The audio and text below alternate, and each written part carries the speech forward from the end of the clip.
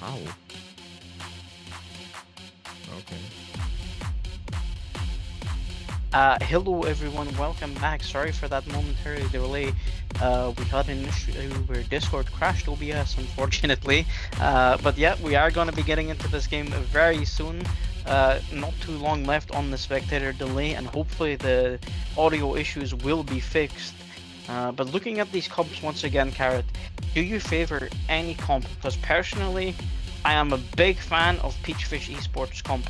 I think this virus is so powerful on this patch that it's hard to ignore it.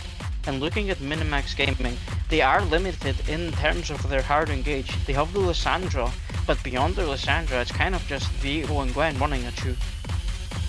Yeah, for sure. And I have to agree with you here. On the side of PeachFish Esports, it's just pure poke. You have a lot of damage that you can just kind of dish out with the Varus, with the Corki. You have good disengage, good engage. And I feel like Minimax, if they don't, have like you mentioned, right? They don't really have engage, and if they can't engage on the side of PeachFish Esports, it's gonna be pretty hard for them to play the game. I feel there's no one really that can start a fight here besides the Lysandra, so they're just kind of playing to outrange. But I don't think they ever outrange the side of PeachFish Esports. Yeah, it is gonna be interesting to see how these teams play out. And of course, we are speaking about the hypotheticals, and as we are about to go into the game, we are going to see the theory put into practice and see how these teams can execute their team comps. But personally, for me, I'm a big fan currently of the Peachfish Esports comp, and I would like to see them come out on top. But I think Minimax Gaming currently they also have a very powerful comp.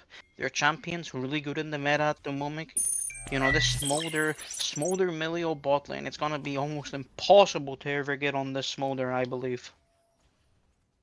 Yeah, I fully agree with that. So, I mean, the engage is lacking, but the damage range is on the side of PeachFish Esports. So we're gonna have to see exactly how this game plays out. I do agree here that I think PeachFish does have a better comp as of now, but we're gonna have to see how they play it here. I think the mid 2v2 on the side of Minimax is definitely stronger. They have a lot of CC, a lot of burst that they can utilize here to take someone down on the enemy team, but the clear speed is, you would guess it's on the side of Peachfish, but I don't know how it is now this patch. Maybe Viego is a bit closer in terms of clear, but we're gonna have to see how this plays out in general. Yeah, and we do see a couple of adaptations to the game here, Carrot. I think worth highlighting is we see Nico on this virus. He has picked up the teleport, not just the teleport, but he's also picked up the first strike, which I don't think we see that too often. Normally on this lethality virus, traditionally we see Arcane Comet or Halo Blades. He's picking up the first strike, and I think it could be the correct decision, to be honest. You know, it should be really easy for Varus to always proc it. You know, he's got the long range E, the long range Q, and once he gets into the mid game, his Q does so much damage that he's gonna be able to get a lot of gold. Yeah, and I fully agree with that. I think in terms of this game specifically, no runes really help him out in laning. I feel like with the shields and heals on the side of Minimax here for their bot lane, I don't think the Comet does really too much. So I think just getting that value from the first strike is going to be so much better here specifically in this game. So I like the pickup, but for now we see a lot of trading happening in the bot lane and the mid lane from every single player here. We see the Melio doing a lot of damage here to the Varus, who doesn't have a combat summoner. He's opted in here for the TP, which I think is also the correct play. Yeah, an interesting adaptation in this lane. We did see the Milio player opting to take the Q first, level 1, anticipating perhaps that Leona would be starting E. But I think it is worth considering, Carrot, here that there is actually an alternate way of playing Milio, which I think could be very viable in this game if you'd like to talk about it. Yeah, definitely. Some new tech coming out here for the Melio after the Q buffs a couple of patches ago. There's a new build circling where you could call it Oppenheimer Melio, where the Q is what you max. Instead of the E or the W, you max the Q first, and you build, what is it called? Imperial Mandate. Anything that gives AP, really. Anything that Uh, gives AP really, but Imperial Mandate is the premier option here. And I think it is worth highlighting for the folks at home that the Milio Q, it has a 120% AP ratio, and the base damage scales up to around 350. Yeah. So that is an extremely potent spell here. I don't think the melee is gonna opt for it this game. I think it is an option, but just defending your Smolder, keeping him alive for as long as you can, I think is gonna be the main plan here. As we see both of the junglers hovering around top side, the Lilia seems to be having prio in the mid lane as well, so she's gonna pick up one scuttle. I'm guessing she expects the Viego to be bot side, which would be what you would expect this game. But the Viego's actually waiting in the top side bush here, maybe looking for some sort of play onto this Cassante, trying to accelerate his Gwen here. We see both of the champs that were released relatively soon, one after each other, and they were menacing pro play for a while here, the Viego and the Gwen. But it seems like Viego's time here is going to have to come to an Now, end, but Cassante I is think something maybe worth the key. considering here and worth putting into play is are the players in the top lane gonna have enough game knowledge to realize that, because the Cassandra is able to reason and realize that the Viego has been in the bush, because now the level breakpoints are gonna be changed. The Viego absorbed maybe 2.5 waves of EXP in the top lane there, and that's a lot of EXP loss for his Gwen. You know, he spent so long sitting in the top lane there that the Lilia, she's up 2 camps now. She's finishing a third camp, so she is very ahead on tempo, and she expected so much for Viego to be bot side that she didn't even go for the bot side crab. Yeah, I mean, definitely a bit of a weird play coming out here. But speaking of weird plays, the Lilia is gonna be looking for the bot side gank here. Flash from the Leona onto the Melio, but the Melio flashes away, but he's gonna get one shot here by the Lilia and the Varus. Varus taking the first kill. Lilia has to flash away from the Viego flash W. Lissandra TP on the backside, but Lissandra has no ult. She flash W is in, hits the Leona, hits the Varus, but the Varus, I think, is just gonna be able to walk out of this one. The Corki has actually arrived at this fight. He just jumps in after TPing 1v3, and he just dies. Yeah, that's a very aggressive play by the Corki. Maybe thinking he was a little bit in the past with the package. We are going to go into a quick replay so we can see this play again. But yeah, interesting to see that both mid laners opting in to TPing into the fight. And we should be going into the replay any moment now. I believe there is a slight technical difficulty with our replay. Please excuse us. We will be just going back into the live game at the moment. And yeah, so far, you know, big fight on bot side there. Kills going in favor of both teams, but I think it's hard to deny that Minimax Gaming came out on top there, getting a lot of assists on that Lissandra, getting her accelerated. And that Corki, you know, he kind of wasted his TP for nothing. Yeah, the Corki play was a bit questionable. I think the Lissandra play already was a bit, the TP was a bit aggressive here. I didn't expect her to really get much out of it, but the Corki TPing down after and then, kind of just running in and dying, I think was a bit suboptimal. Yeah, definitely. And we do see here that PeachFish Esports, they have opted to spend their time taking the grubs, which I think is a very beneficial change, beneficial play. And Lilia, she is still slightly ahead of this vehicle, but overall, Minimax Gaming in this game so far with a slight lead, but both teams, they do have very strong scaling comps. Yeah, definitely. Both sides really want to scale, right? The Varus, he needs that Mura mana, he needs that mana immune upgrade to actually get online. The Lilia, you already know what she wants. She wants the clearance, she wants to get some good items going. The same on the other side, right? For the Smolder and the Gwen. So you do have kind of two scaling champs on each team, and then you have three enablers. Which is, I think, pretty good drafting from both of the teams here. But yeah, as you mentioned, right, we're waiting for that 20-minute mark of the game. We're waiting for those 25, 30 minutes for all of these champions to really get online and start popping off in the team fights. Yeah, it's gonna be worth keeping a look on this bot lane, especially. We do see Speaking of Lilia. popping off, we see Lilia walking down here, getting the Melio is gonna get hit by absolutely everything for the side of the Leona and the Varus. The Varus actually hits 6 there and just hit the Melio with the ultimate, and Lilia comes up in the bot lane and just takes that kill, and I believe that's gonna be Drake over to the side of PeachFish Gaming, unless they get contested here, which doesn't seem to be the case. Yeah, it should be Drake secured for them. They secured the grubs, they've moved down to the bot side. No cross-map play available for Minimax Gaming. The Viego, he did get the kill in the bot lane play earlier, but from there it has been a bit slow. Lilia accelerating. They're picking up the Drake now, which is a very comfortable pickup for them. That Mountain Drake, you know. Some of the champions on the side are really gonna love that. You know, the Leona, the Cassante. Yeah, for sure. The mountain drake. I mean, I think that's just one of the most stable drakes, one of the most useful drakes for basically everyone on your team, right? Even getting 1 to 2 armor on your carries, it's gonna be really impactful, especially later on in the game when they maybe the Varus builds some sort of defense, but mostly on here on the tanks. But we see the Lilia just walking down again. The side of Minimax Gaming not really respecting the Lilia engaged here. Ult coming out from the Lilia. Q coming down, a lot of damage here. The Smolder is gonna go down, and that might be the Melio going down as well. The red buff from the Lilia slowing him down, but it's not gonna be enough for them to take him down under that tower.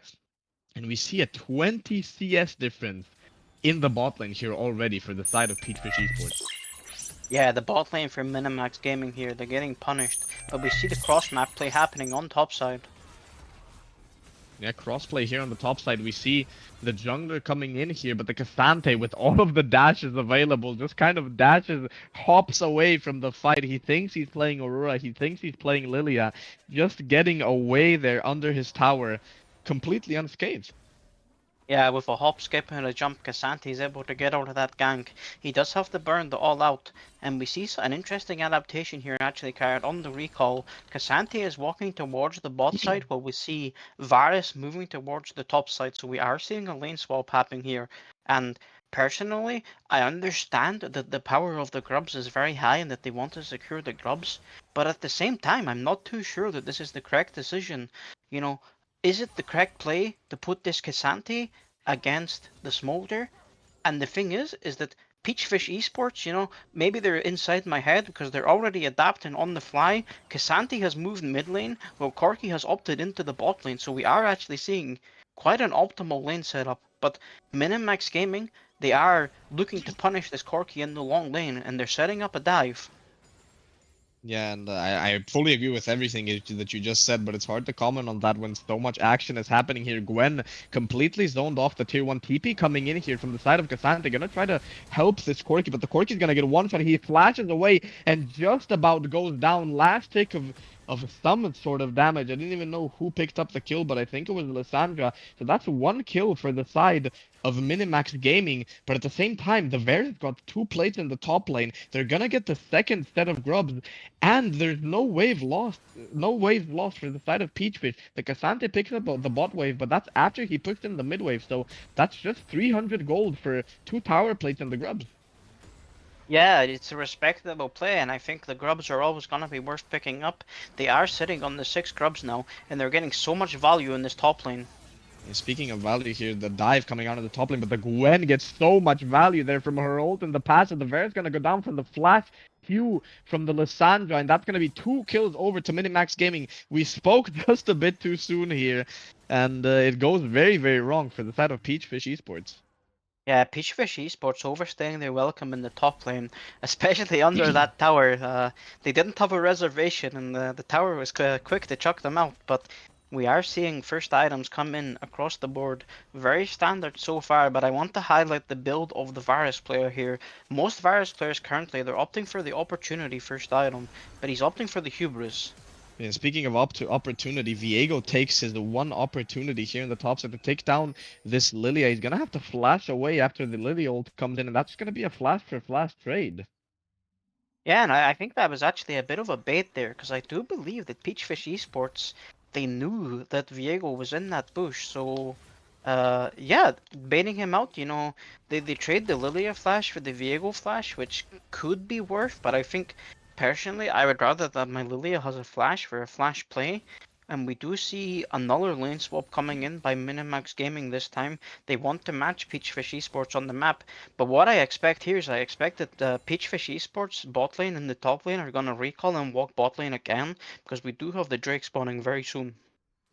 Yeah, and that's, I believe, exactly what's gonna happen here. We see the Leona already recalling, walking towards the bot lane. It seems like they're gonna put the Varus in the mid lane for now, but the Cassandra is going top. And again, I believe this is what you were kind of critical of at the first lane swap. You're kind of just letting the Smolder free stack into the Cassandra. Now, this is kind of optimal for the side of Minimax. Just putting the Smolder into the tank, who can't really take him down in the side lane, just letting him stack those minions. Yeah, but it seems like Minimax Gaming, they're not happy to have their Smolder stack. I think it could be worthwhile to leave the Smolder in the top lane to stack, sorry, but he is moving down, and Yeah, and Casanti speaking doesn't of have moving TP. down, he moves down directly here, killing the Varus, but the Lissandra goes down first to the Varus here before he goes down, and that's a lot of damage here onto the Leona, but the Lilia is full HP, and the Corki's waiting here. You know Viego has no flash, he might be needed to use the ult here. He's gonna go down really, really low, and that's gonna be Drake for absolutely no one. The Gwen is pushing in the bot lane, Cassante in the top lane, but the Cassante, he has 6 grub, so that tower take is gonna be way, way faster than the Gwen, despite him being a tank, and it seems like Prio is going over to the side of Minimax Gaming, they're just gonna walk towards the Drake here. Yeah, I'm not too sure about the play for PeachFish Esports here. I think you have to play conservatively in the mid lane. They opted not to, and Casanti is able to secure the top turret. And I think it would have been a very respectable trade if they'd lost nobody for in return for the top lane turret. You know, they could have just postured in the mid lane. They could have cleared waves together, and they could have allowed Minimax Gaming to take the dragon because one dragon isn't gonna make or break the game.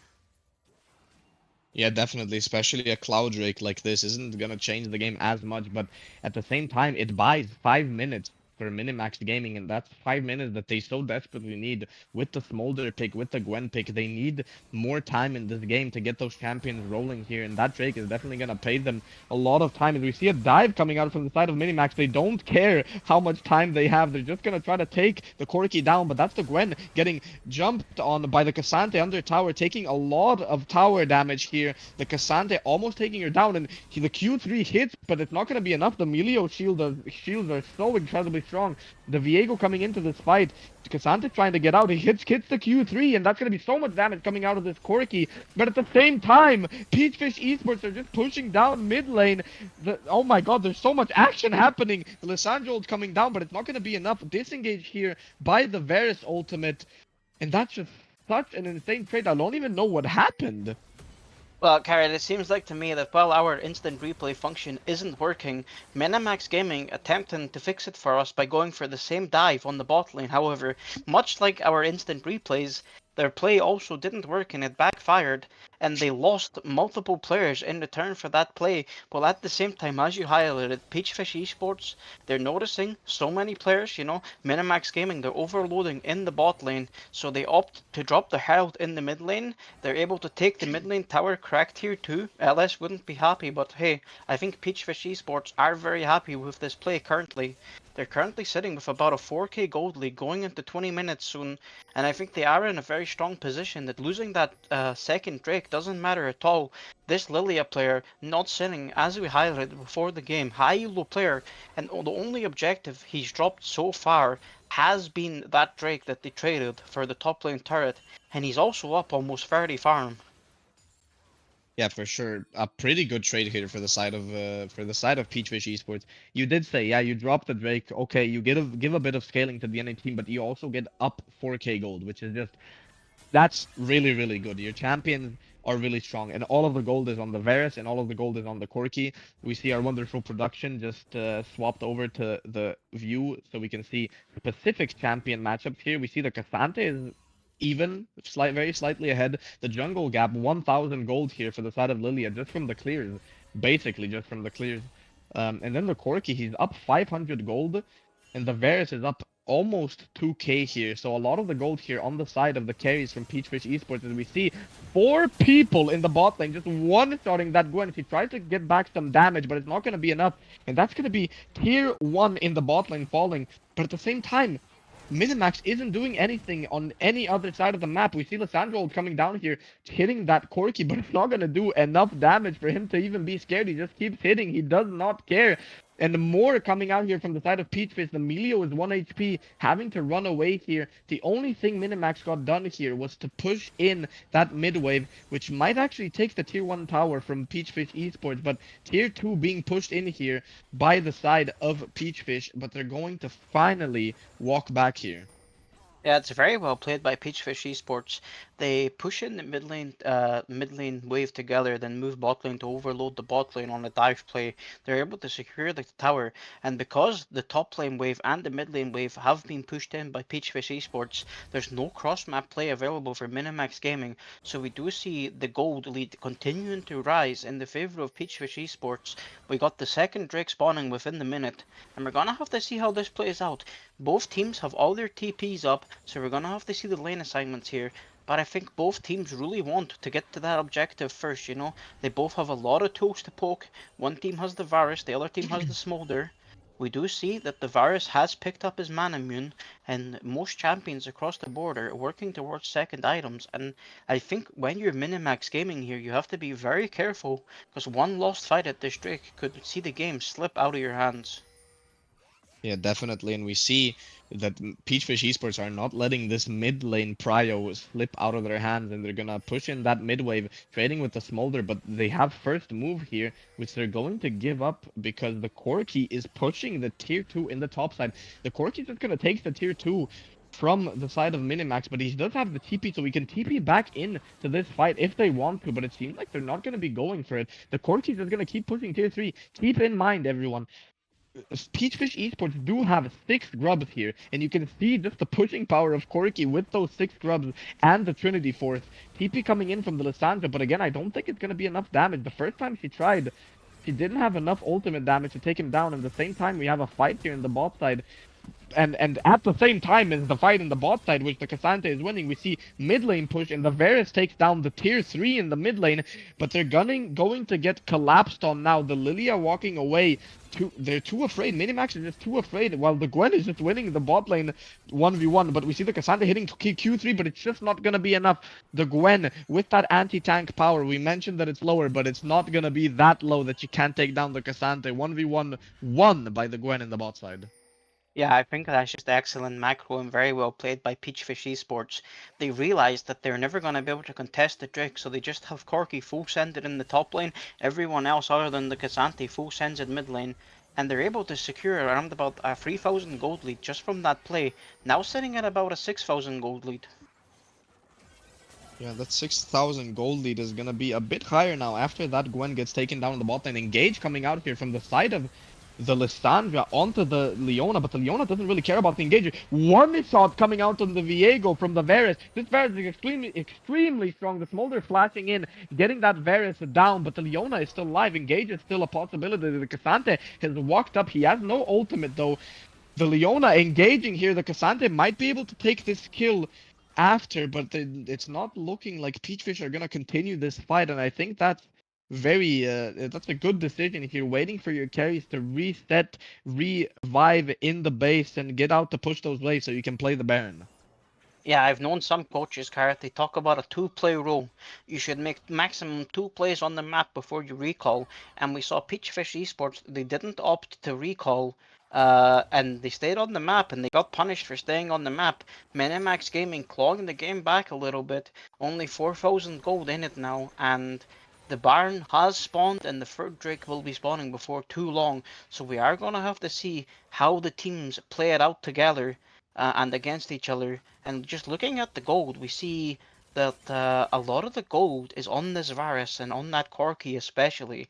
And I think the gold is in the right places. You know, we see this Gwen being very strong, but at the same time, when we saw that fight of the Cassante versus the Gwen, the Cassante almost came out on top. You know, maybe if he plays it a little better, he could beat her up.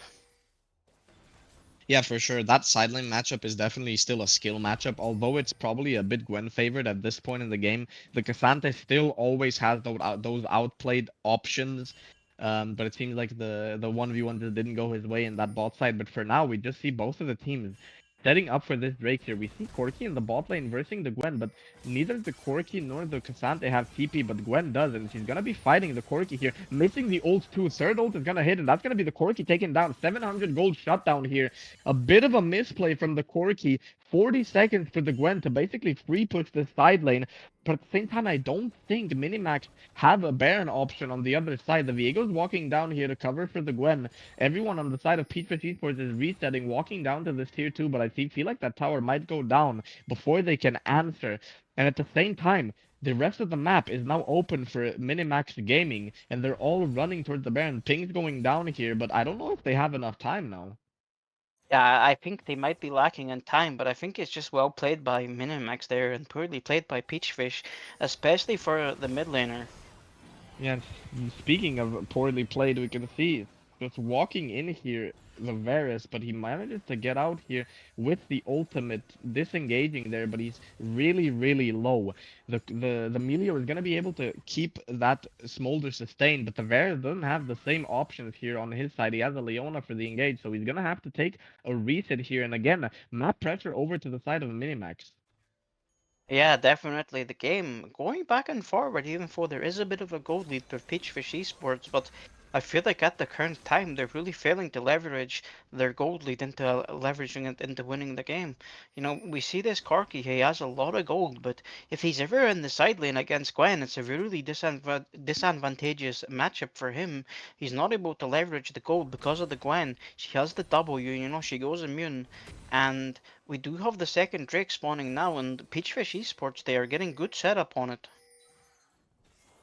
Yeah, and it seems like the third Drake, at least the setup is going to, the fourth Drake actually, my bad, is gonna go over to the side of PeachFish here. The setup, at least, they're gonna be pushing in the mid wave. The Lissandra is in the top lane for now, pushing out that side wave. She's moving down now, but the map is completely dark for the side of Minimax Gaming, and this Drake approach is completely blind for now, and it seems like they're not even gonna go for it. They're gonna go for the mid lane wave here on the Smolder. Yeah, and that's an Infernal Dragon picked up by PeachFish Esports, the second dragon that they've secured. And that Infernal Dragon is going to see a lot of value, and especially on this Varus, you know. AD carries usually get a good bit of value out of Infernal Dragon, but none of them have as much AD as this Varus. Yeah, for sure. That damage on the Varus is gonna be very meaningful. But we see PeachFish Esports just starting up this Baron. There's almost no way. We talked about this in draft already. There's no way for the side of Minimax to engage. We see the Viego having to flash out of here. Ult coming out as well. The Leona ult he used but missed. Smolder ult coming down. The Gwen is in the backline. The Varus gets completely one-shot by the Gwen, and the Lilia just comes back into this fight. Everyone is so extremely low, but the Melio keeping the side of Minimax Gaming alive. Gwen, oh my god, Gwen just completely one-shot the Lilia here, and that's going to be a completely lost fight for the side of PeachFish Esports. Everyone on Minimax is still alive, and 3 people down for the side of PeachFish Esports. That's going to be Baron for the side of Minimax. Baron secured for Minimax Gaming and disaster strikes for PeachFish Esports.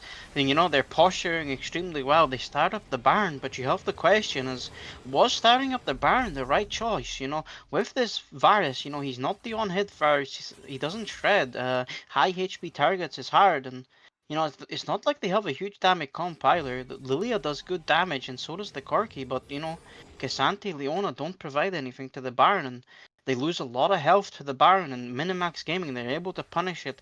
We see the Gwen come in. She was on 2 items. She's on 3 items now with the death cap purchase, but just the power of that Gwen, she's able to do so much damage. But not only that, with the Gwen Shroud, she's able to create so much space in the team fight. Yeah, for sure. I feel like PeachFish Esports didn't really leverage their poke power in that fight at all. They kind of just went face first into the fight. Leona engage was good, but when the Viego gets out, you have to reposition and start poking with the Varus Qs. There's no real way you win a straight up 5v5 because you need to either one-shot with the Varus ult and Leona ult, or you just need to play back and play for the poke. And I feel like that's a big gold lead almost reduced to 0 here for the side of PeachFish, and we see the Lilia just walking into her own jungle, but it's too dangerous here. Lilia ult comes down, but again, they're trying to fight this straight 5v5, actually 4v4, but it's just not working. They're not poking at all, and they can't one-shot, and that's going to be 3 kills over to the side of Minimax. A 1v1 happening in the top side here. The Cassante gets completely obliterated by the Gwen, and this might actually be game.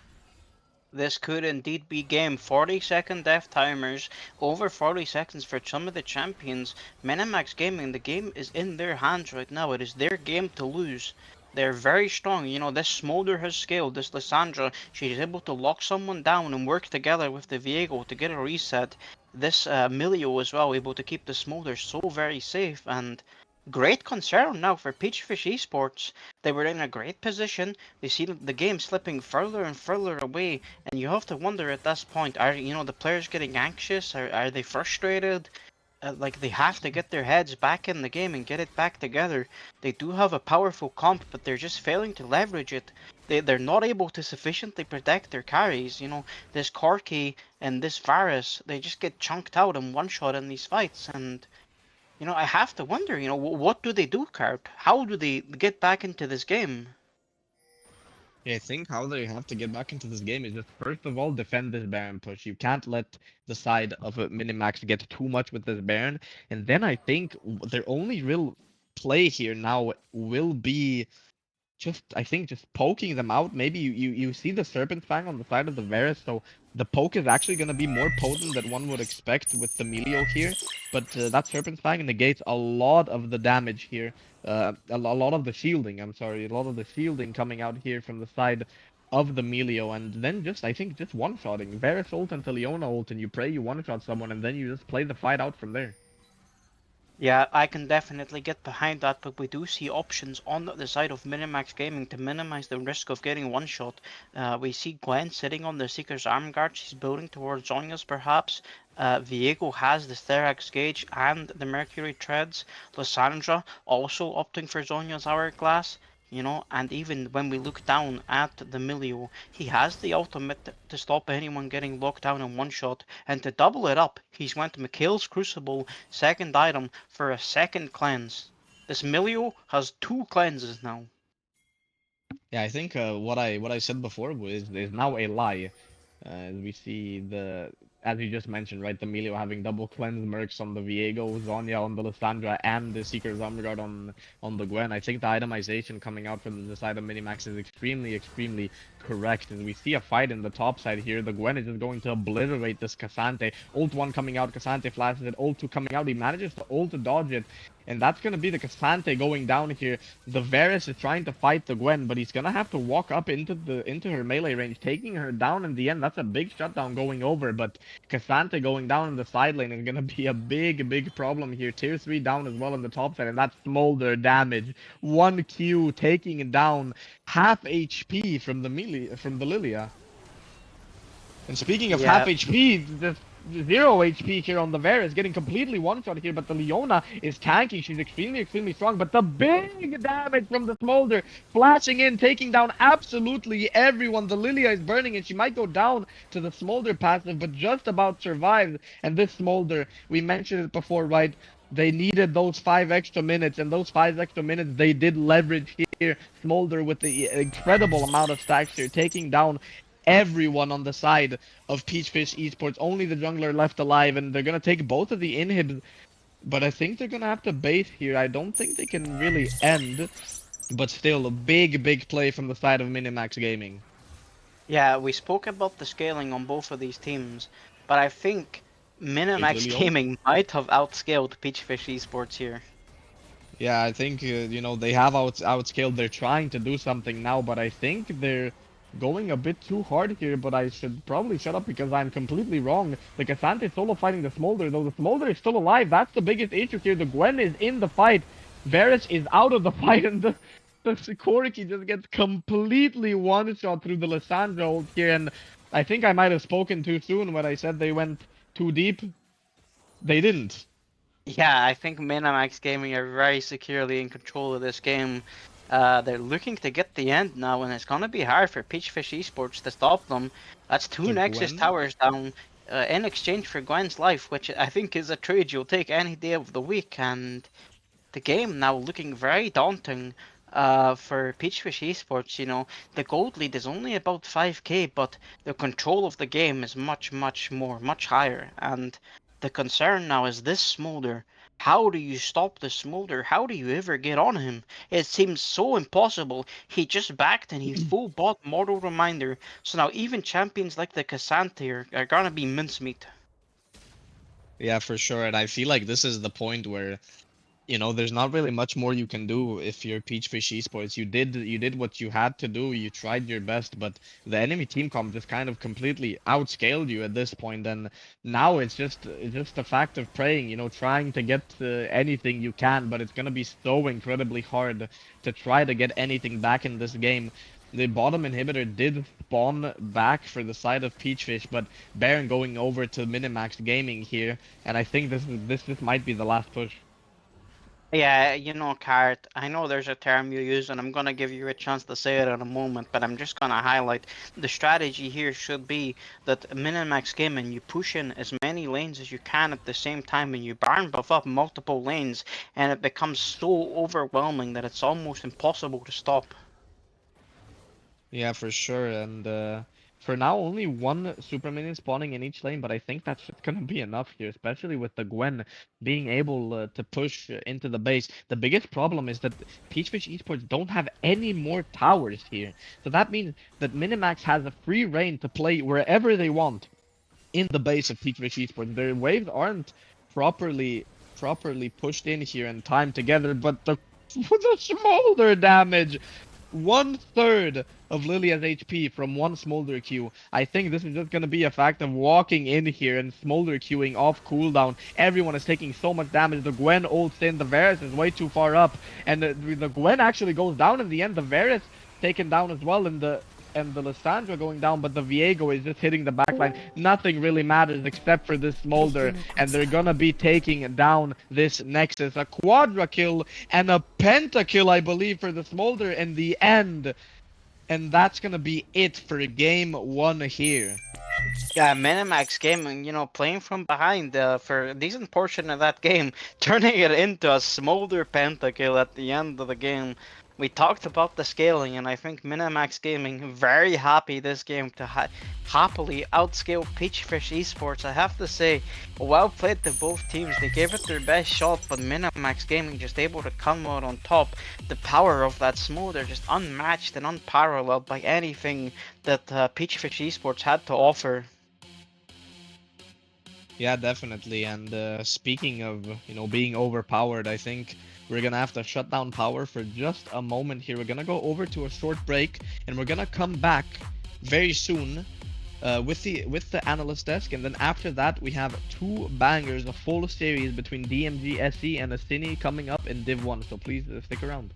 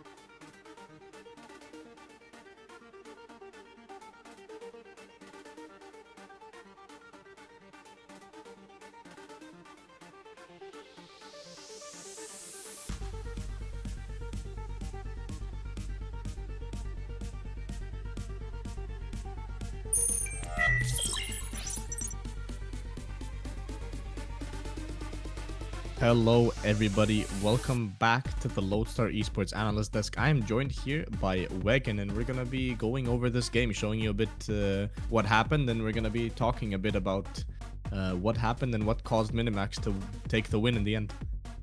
Hello everyone. Yeah, what a game. I mean, PeachFish kind of dominated early with like three bot gangs in sequence working, pulling out the first blood like at 5, and then they just took over. But Minimax, like they got their chance back and they took it. Yeah, for sure. And we just look at some of the plays that happened early on in this game, mostly by the side of PeachFish, at least in the early parts. And then mid game and late game was mostly just Minimax coming back. Yep. I mean, I would think that if Lilia and like Corky gets to scale, they win. But no, the Gwen Smolder completely stumping it. Yeah, definitely. I thought as well that Minimax would leverage their mid jungle 2v2 strength a bit more than they did, but they didn't seem to want to play around mid lane at all. So they favored bot lane, which was in the end, you know, the correct decision. Getting that Smolder back into the game, getting that Smolder as ahead as possible, and to the point of 225 stacks and just taking over the game after that was seemingly the correct play. Yeah, exactly. So I mean, here we have the first blood. Just rolling. And I can see in my notes that I've put 2 notes, Lilia gap question mark on her bot ganks. So yeah, they for sure played it good. But then Yeah, like what this first play, yeah, this is a bit crazy, right? So Minimax definitely not allowing them to just get that kill completely for free. Then the Lissandra flashing in with the W, taking down the Leona and then the Varus, and then this Corki play. What is this? yeah, I mean like I was just okay, they got a kill back. It's fine because they still got first blood, but then Manafor went down unlucky. Yeah, and that's the first play that happened this game. I mean, honestly, we talked about how PeachFish was in control early on in this game. The first play didn't really look too good for them, but then they brought it back mid game a bit better here. So looking at the next play, we see again, right? This is after PeachFish got a bit of an advantage here, but then the Gwen Lissandra in the top lane just taking down everyone here. The bot lane from the side of PeachFish just going down. Exactly, like they just played the fights very good. I feel like Peachfish had better macro this game, but Minimax just better at fighting, honestly. Yeah, 100% of their champions allowing them to do so a bit more effectively. The Lissandra having quite a lot of impact here. We've seen the Lissandra kind of pop back into the meta in the recent patch. We've seen her played a bit more overall, and we see why. And again, right, Minimax, you know, doing something here in the bot side, but they do get answered. Again, I love what you said, right? The macro was on the side of PeachFish, definitely, but just the plays themselves were 100% stronger for the side of Minimax Gaming. Just the pure fights. Yeah, exactly. Like here again, I feel like Peachfish pushing mid, like they're dominating macro. I feel like wait, when was it that they started to turn? It's a bit after, right? Minimax. Yeah, a bit after the Minimax started to turn the game back, but as for right now, right, while this is kind of a thing that plagues a lot of teams, I feel it's when you get all of those side towers, all of those tier 1s, tier 2s, the game becomes a bit harder to play, and I feel like Yeah, for sure. even though the game is a bit harder, right, PeachFish still managed to get tier 3 mid, tier 3 top by just playing side lane. And I feel like that was a lot of their strength in the game. But then, you know, the game kind of went too long in a couple of messed up fights, especially here. This fight is where the game turned a bit for the side of Minimax. See, the Viego goes down in the beginning, but then everyone has to flash away from the Smolder. He even takes down a kill still in the end, and then after this, they decide to not continue the fight. Even though the Leona kind of tries to get back in, but there's just not enough damage here. Smolder gets so much gold here that I feel like, you know, this is where, you know, the 6k gold lead became a 4k gold lead, and after this, it just keeps going down. Yeah, exactly. Like the fight looked very good for Peachfish in the beginning, and they did correct fight, but Minimax just like they don't let go. Yeah, for sure. And then this is the fateful Baron call here. Emily mentioned in the stream as well, right? They didn't leverage any of their poke. You see that PeachFish is just kind of trying to walk in and fight them, and the Gwen hiding there in TPing into that bush just completely negates all of the backline damage from the side of PeachFish here, and the Lilia gets one shot. Smolder takes so many kills and so much damage, and then they just get the Baron, and this is where the game turns completely in my eyes. I mean, I just gotta say, Gwen is immune. Gwen is in fact immune, and immune from losing games as well, apparently. Completely dominating this game, and after this is just fight after fight of PeachFish just getting obliterated, honestly. We see this fight is where Yeah.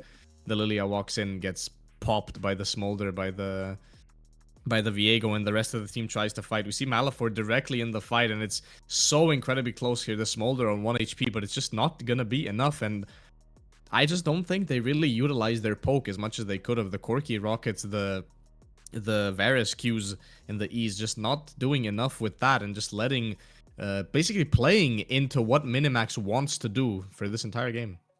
Yeah, exactly. They play like 4v4s, and Gwen is by nature winning sides, so they kind of have to avoid doing that. But yeah.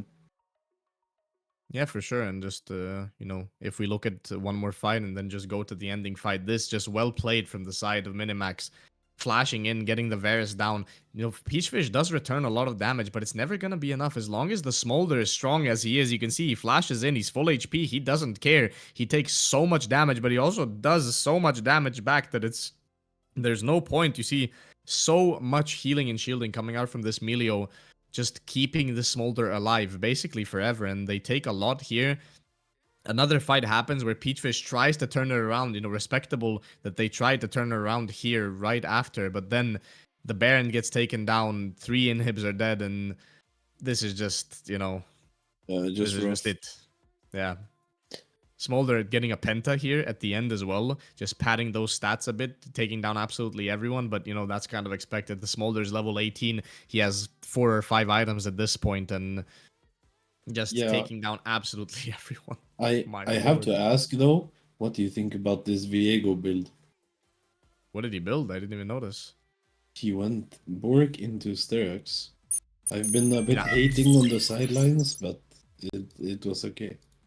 I think this game, we mentioned with Emily especially, it's first of all, if we go over to the post-game stats, right, we can see a bit of how the gold looked for most of this game. But speaking on the Viego build again, the Sterex is a good pickup here because, the blue team just wants to one-shot you. And if you just build that Sterex, not allowing you to get one-shot there, I feel like that's just, optimal gameplay here. So maybe not optimal build in general, but for this game, definitely.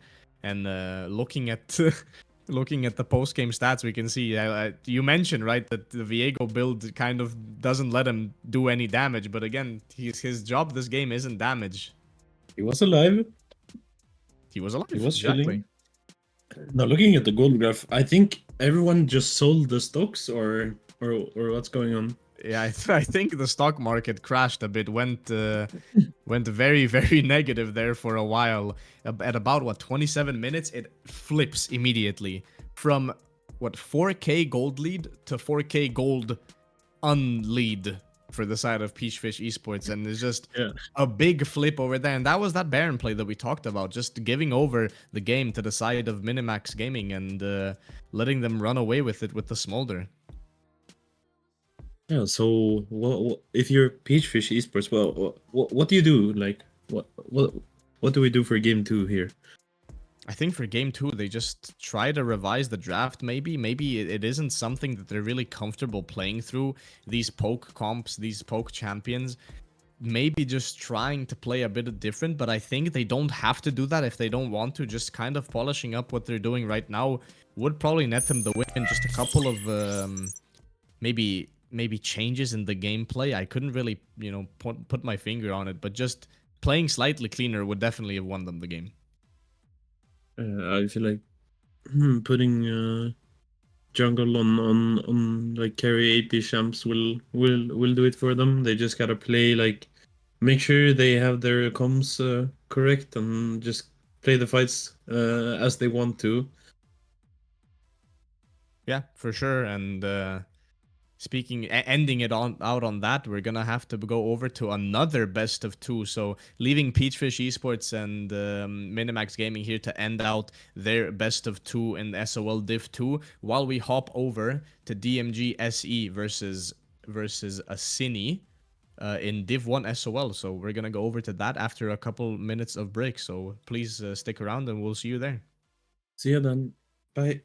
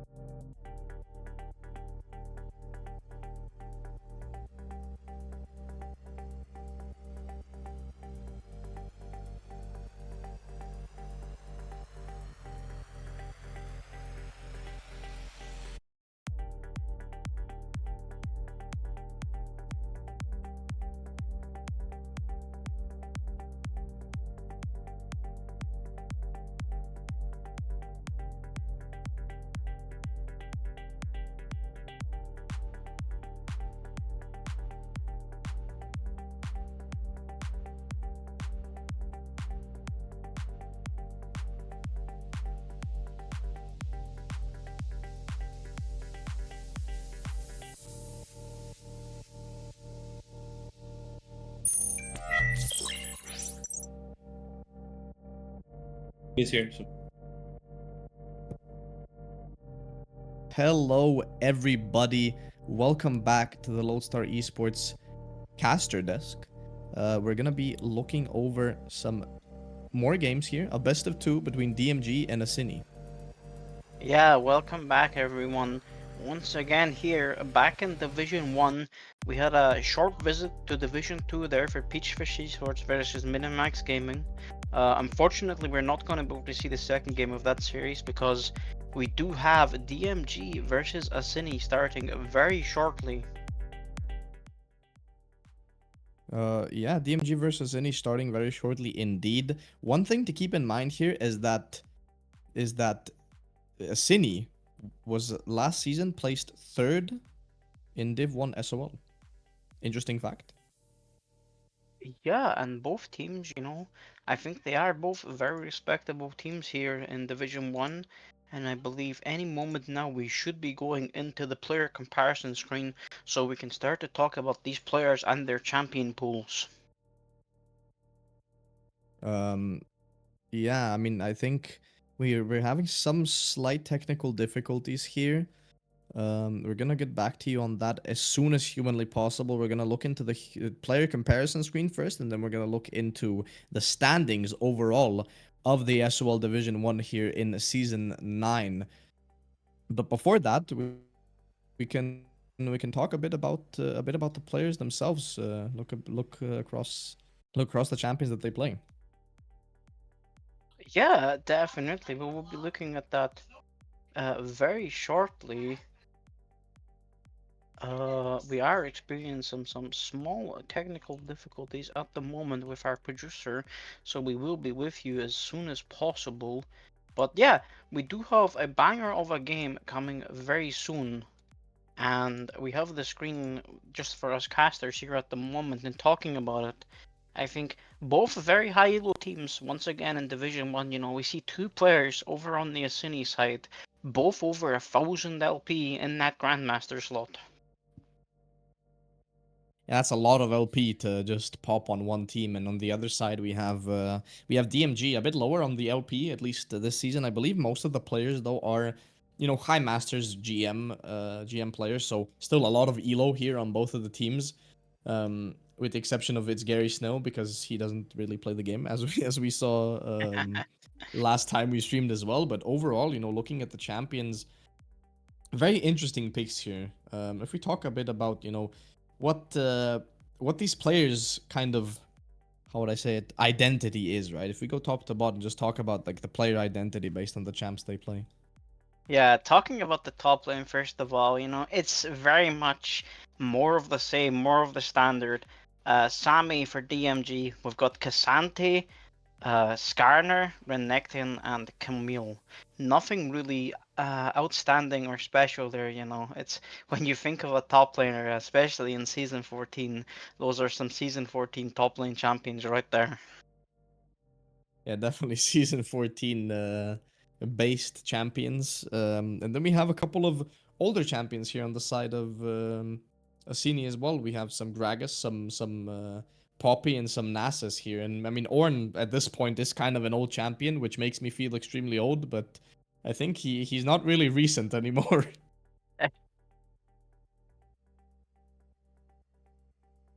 Yeah, and we are fixing our production right now, so we are going to be coming right into the player comparison screen so that you folks at home can see exactly what we are talking about as casters. And as Carrot is highlighting, Poppy Ornn Gragas for the top laner of Asini for Evil Eye. And one thing I do find very interesting here, Carrot, is the Nasus games. Nasus is a champion that right now is very powerful. It's a potential freeway flex, top, mid, and support, and it's so powerful in fact that the nerfs are coming. Nasus's time as a mid laner is limited, and are we going to see it in the SOL here? I think we just might here. We see, I mean, mostly it's the top laner playing the Nasus, as far as I know. But a lot of these teams, even though he doesn't really, maybe the mid laner Zuhi here from the side of Asini doesn't really play the Nasus, but for the team, there's a lot of things you can do, right? So maybe just practicing that champ just a smidge here to have that flex pick available for you might just be worth it. And just highlighting here the flowers, highlighting the champions where there's a lot of games and a very, very high win rate, right? So the Poppy, especially here, we see a pretty good counter matchup in the top lane already, right? The Poppy with a 61% win rate, 135 games into the Cassante. It's a pretty good matchup. It is indeed, and I do have a little bit of intelligence about the games that have been played thus far in Division 1. And Mr. Evil Eye, on the side of Asini, their top laner, he has played a few games of Ornn, shall I say. Yeah, a few games, I think, is a bit of an understatement, yeah, but I think that's exactly what you were going for here. A lot of Ornn games, a lot of Poppy games, and, looking pretty strong on those champions. But if we go over to the jungle, well, I would say matchup, but it's not really a matchup anymore, to be fair here. It's only one person really playing the game, but we see the Vi, right? 128 games on the Vi with a near 60% win rate. That's just insane, and that's why it's also highlighted in this comparison. Yeah, it is very impressive indeed, the win rate for that Vi. Vi is a champion, it's very powerful at the moment, but I don't think Vi is a champion that you can just pick blind, There is a lot of counters to the Vi at the moment, and we do see in some leagues, they're picking the Vi, and we're seeing things like the Morgana as a response. Other AP junglers are kind of falling out of favor, but Morgana remains untouched. Been a couple of years since we've seen Morgana jungle be in the meta. Yeah, and I think where she is now in the meta is very reasonable, right? As a pure counter pick. So she's not really a premier jungler here. You don't really pick it just because it's that good. You pick it specifically because you need it in a very specific game comp here. So I think it's very reasonable that champ is in the meta at the amount that she is right now. So besides that, right, we see on Candy XD, we see the Lilia, the Zinzao, and the Sejuani. All of those champs, pretty high games, really good win rates. I think this player is going to be someone that we have to keep track of, especially with that performance in solo queue in that rank. Yeah, those champions, very standard for season 14 in the jungle. Nothing particularly unusual or spectacular there, other than the win rates that he has on his champions. But we can continue to move on down, and we have Zoronic versus Zuhi. I'm not even gonna harbor how you guess to say that. I'd have to ask him personally. But we're looking once again, and I think once again, Kyra, these mid laners, they're playing very normal champions.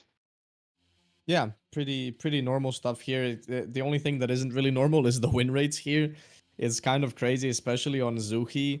You see the Xerath, the Yone, the LeBlanc, the Azir, all of them near or above 60% win rate. Yeah, it is very impressive, and our little lovely graphics highlighting the win rates here. But over on the other side, Kyrich, we have the Corki player. It is only 28 games, but he does have a 68% win rate, and we did see Zoronic on stream. I believe it was last week, perhaps. It was last week, yeah. DMG played last week on the stream as well. I don't remember entirely what he played, but I know that thus far in the SOL he has played away, and I believe he played 2 games away. I think it got banned last time twice. 2 games in a Yeah, row, 2 I bans. think that is correct. Yeah, and that's it's his lowest win rate champion in solo queue, but that doesn't necessarily say much, especially in the sense of competitive. So we're gonna have to see how that goes, especially if it's banned as much as it is usually against him. But just overall, I think both mid laners extremely good players. Specifically, just big, I think, attention that we're gonna have to give over to Zuhi here with the high win rates on all of his main champions and a pretty good amount of games. But going over right to the next players, and this is where in the ADC role, this is where the first champion contested pick is. Yeah, I was looking at the Ezreal contested pick, and I think there are some other picks here that worth highlighting. as we did just see in the Division 2 games, we saw Smolder take over. This is a higher elo still game, and usually to some degree, we can expect that in these highly elo games that they will be a little less chaotic usually, and that's where champions like the Smolder really excel. He wants a slow-paced game where he's able to just stack up over time and get those stacks, because as we did see in the games earlier today, when the Smolder gets those stacks, he's just so powerful. Definitely, and that's exactly what we saw in that last game. The Smolder taking over the game later on at the late game stage, and maybe we're gonna see more picks of that champion here. Yeah, quite potentially. And looking at the other champions, contested pick on the Ezreal, we see Ash played, Kog'Maw played, and I think for Shark Metal that this Kog'Maw is something that is actually worth considering. It's a pick that we don't really see too much in the meta, but I think it is actually a very powerful pick, especially when paired up with some specific supports. Over in the LEC a while ago, a couple of splits ago, we saw a lot of like Kog'Maw Braum, and I think those are still powerful. 100%, right? We see the Kog'Maw 70% win rate here on 47 games. It's a bit insane, how strong that champion is in the hands of Shark Mental here. I think maybe we could see it picked. I think that champion is a bit underrated, although, Kog'Maw it's always this weird thing with Kog'Maw. I feel like that champ is always on paper extremely broken. But then when it's played, it just never lives up to the hype, I think. Yeah, I think that's a relatively fair assessment. Other champions that I think we're highlighting here in the role of ADC is that Jhin. Jhin is a champion that we haven't seen too much of, but he really does fit perfectly into this meta. Yeah, for sure. I mean, a lot of hyper carries here in this meta, and also, I mean, there's hyper carries and there's some utility champions here, especially with the Ashe and Jhin. Yeah, and we will just talk about these support champions real quick, and then we will show you the standings for Division 1 currently. And very standard for both supports here, Kyler. Other than Mr. Budal for the red team for Asini, he's a big pike player, and that is something that we don't really see in competitive all too often. Yeah, definitely. The Pike, a bit of a wild card pick here, especially with the recent nerfs. I wouldn't really expect it here, but as you said, right, the rest of the champs pretty standard. Leona, Nautilus, Rel, Nautilus, Rakan, just the basic stuff. And if we go past the basic stuff in the support, I want to show you guys the standings here for Div 1. Yeah, let's have a look at the standings and see what the teams are playing for today in Division 1 of the SML. And now, beamed into your screens at home, we see DMG currently sitting in joint last place with Leo Esports. They've lost every game they have played so far. They have only played 4 games so far. And we see just above them, we have Asini sitting in 4th place. They've won 3 out of 4 games so far, so they are contending for those playoff spots. And I think it is worth considering that at the moment, Team CD Retirement Home and Freetfall have played 2 more games than everyone else. Yeah, definitely an important thing to notice, just in case we didn't know that CD was playing an extra game. I believe they did swap the game over to the beginning of this week. I feel like it was a couple of days ago that they played versus Fritfall. So both of those teams do have 6 matches played, as opposed to the rest of the teams here who have 4. But still, the scores still match up. CD definitely first place, completely uncontested first place. Int Esports following them shortly here. I believe they're getting streamed. Oh, Int is at 12 points as well. I just got an update in the chat here. So Int apparently won both of their games today that was streamed on SOL. So yeah, Bardicted to you and Asini now. I don't know if Bardicted won yet. I know they're playing. I think they're playing right now, but I'm not sure. So that's gonna be updated very soon. But yeah, as you mentioned, right, Asini just fighting for these top spots, at least top 3 here. Or actually, now that Int lost, Int won 2 games, maybe top 2 is the best they can hope for, at least after today. So we see, okay, an update in the chat. 1 versus B2U. Okay. Yeah, slight apologies to our friends at Int Esports. We have our graphics made before the games were played today, so they are slightly outdated. You know, maybe we can fix that in the future. Who knows? But yeah, the league is shaping up to be interesting. We've got kind of two teams at the moment running away with the league a little bit, and Asini, we've got them down in joint third and fourth place, and you know, scoring a good win today would put them quite securely into the playoff spots. They would be a couple of points ahead of Predicted to You that we've seen on stream, and would be even further ahead of Freefall and Rejam. Yeah, definitely. So I think, you know, for today, Asini, just, you know, to lay down a bit of a story here, like LEC loves to do, right? Asini fighting for that top 2 spot, top 2, top 3, and then DMG just fighting to not be last here. They're tied with G2 Hell, they're tied with Leo, and they just want to get something to get back into the league, honestly. If, you know, a loss here would mean 0-6. That would be still 0 points at, I believe, almost half of the games that have been played. And, you know, that's a bit... I don't even know if they can still go to playoffs if they lose the games today. I'm not sure how many games are being played overall. But, you know, DMG just fighting to get back into the game, just fighting to get back into this league in any capacity at all. Yeah, it's gonna be interesting to see how it plays out today on the stream. You know, we've got both teams, very important games for both teams. DMG, they want to secure some points to, you know, get out of that lowest place within the league. But as well as Cine, they need to secure points here, because if they don't win these games today, they slip even further away from the first and second place currently held by Team CD, Retirement Home, and Int Esports. Yeah, so that's just the groundwork here laid out, and we're just waiting a bit for all of the players to get ready so we can get into this draft. We will keep you updated when they are ready.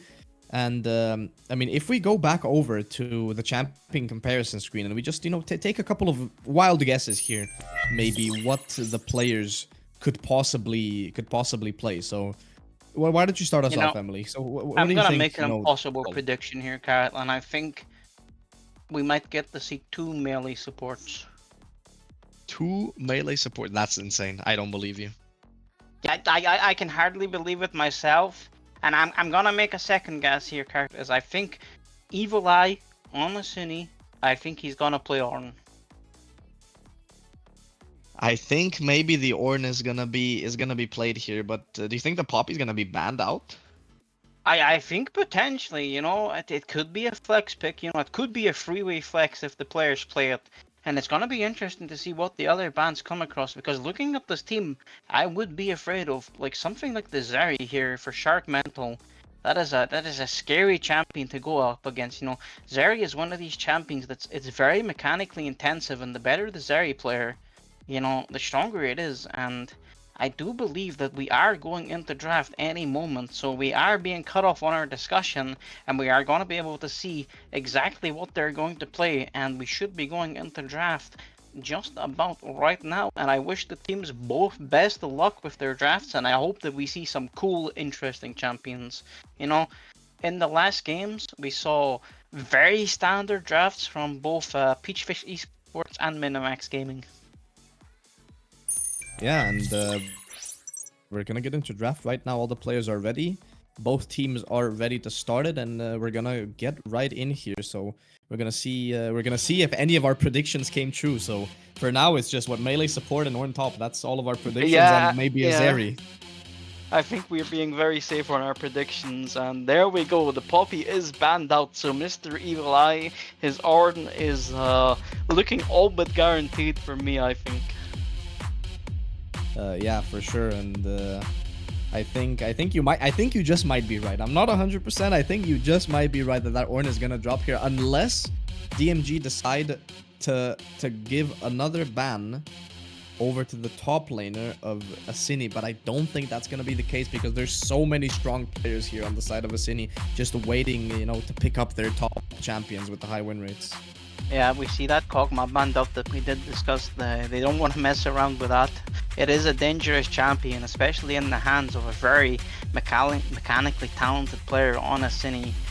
We saw Leona banned out by Asini. They don't want to mess around with that. They could be looking for, you know, a passive lane, you know, champions like the Kog'Maw, the Zeri. They don't want to mess around with that Leona. And Skarner banned out as well.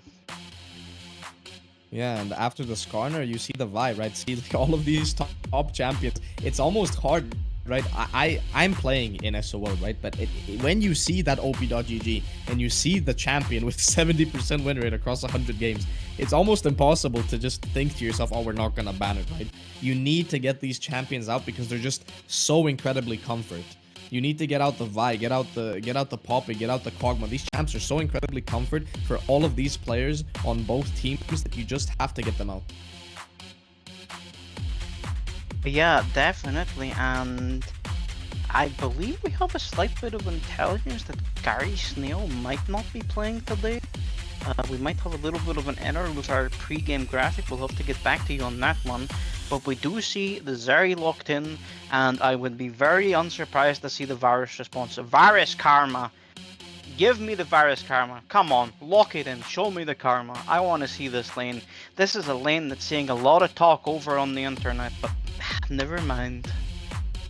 Yeah, unfortunate here, going over from the Karma to the Maokai. I think the Maokai still, it's not as sleeper as it was when it was picked literally every single game. I think it's still exciting enough that it's not, you know, every single game just Maokai. You know, the champion is still pretty cool, and I think the Karma pick, you know, they could still pick it up later on in the draft. This Maokai can be flexed to 3 roles at this point, and we see the Ornn locked in. You know, 2 of your predictions already coming true, Zeri and Ornn down here for the side of DMG. And then that's the wrong side for Ornn, actually, Garrett. Oh, it's the wrong side, actually. Yeah. It's the wrong. They've picked away Evilized Ornn. DMG. They've took Evilized Ornn away. I think he's played it 4 games in SOL so far. I think every game they've played, he's played Ornn. So he's not getting to play that. And we see the jungler for DMG here has locked in the Rek'Sai. That is a champion that we don't see all too often. And if a certain, you know, Leandri salesman was to believe that it's a don't touch champion. Yeah, very, very interesting here on the Rek'Sai. We haven't seen it. I don't think we've seen it at all in any games that we've streamed or that I've seen. But I guess, you know, the champ got a lot of changes a couple of patches back, so we're gonna have to see where that leads. But for now, we see, again, right, the way taken away from the side of Zeronic. We talked about this, how I think every game that we've streamed of Zeronic for now has just, you know, been 0 way games, not allowed to play that champ at all. And then the LeBlanc ban here for the side of DMG on blue side. Yeah, very standard bans so far. I'm not all too surprised.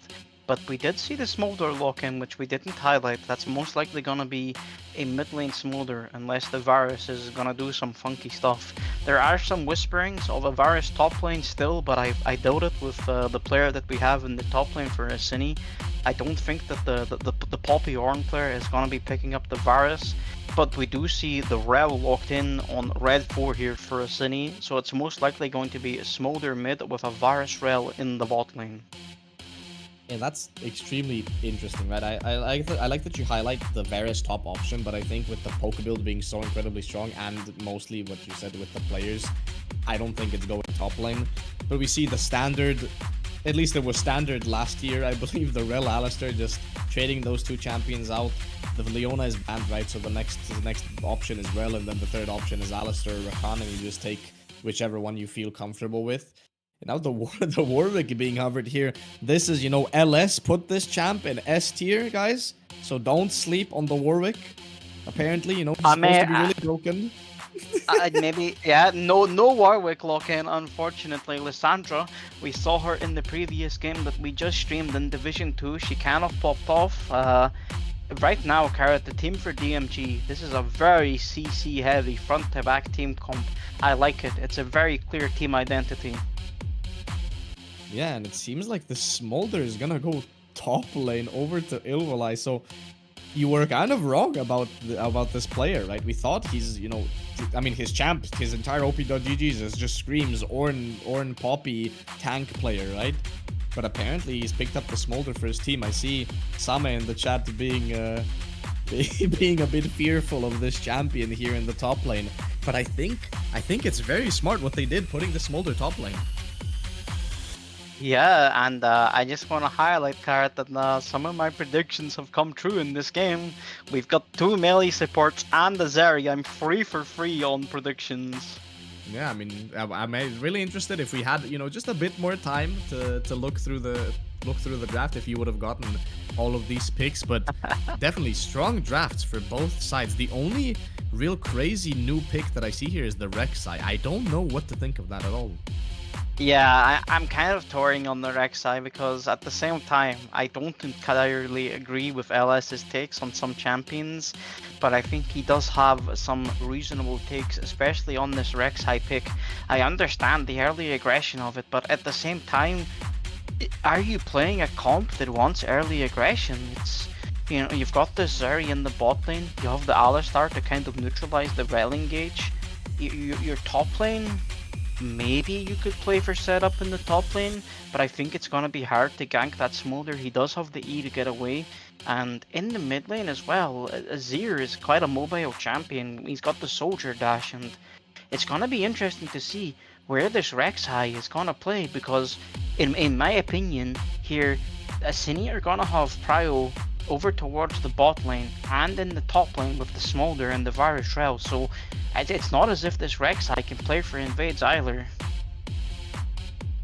Yeah, I think it's kind of odd that the Rek'Sai is even picked here, because when you pick that Lissandra mid lane, right, you kind of expect a jungler that loves setup, but at the same time Rek'Sai is a champ that sets up, right? So you basically have 2 setup champs playing the mid lane 2v2, which is a bit odd to me.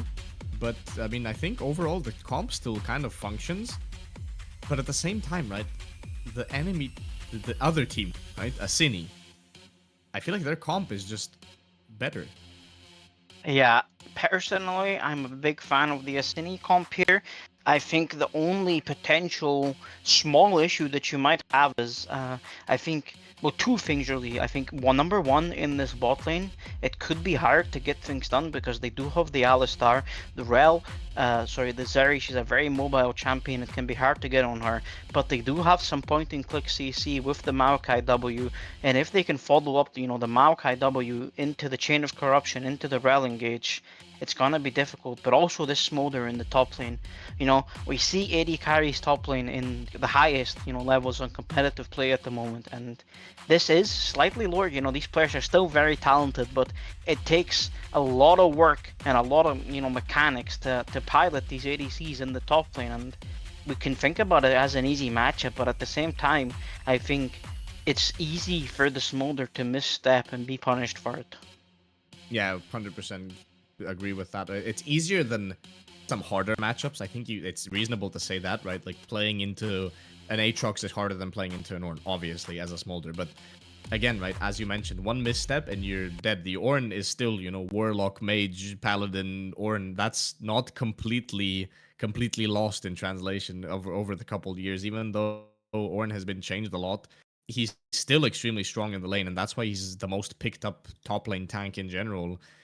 So yeah, I think I agree with you, right? That I would prefer it to be Asini in this game. I think their comp is really good, but that never really means too much when you don't know how they're playing the game. Yeah, definitely, and we should be getting into the game any moment. We are having a slight issue with loading into the game, but it should be resolved any moment now. And yeah, I think both teams have very promising team comps, and we're gonna have to see how they play out when we get into the game. And what I am going to be looking at, Carrot, is where is this Rek'Sai going, and what is this Rek'Sai doing? Yeah, I mean, I think I think that's very true. I think we need to see where this Rek'Sai is going. We need to see like what what she's gonna be doing. Actually, Rek'Sai, right?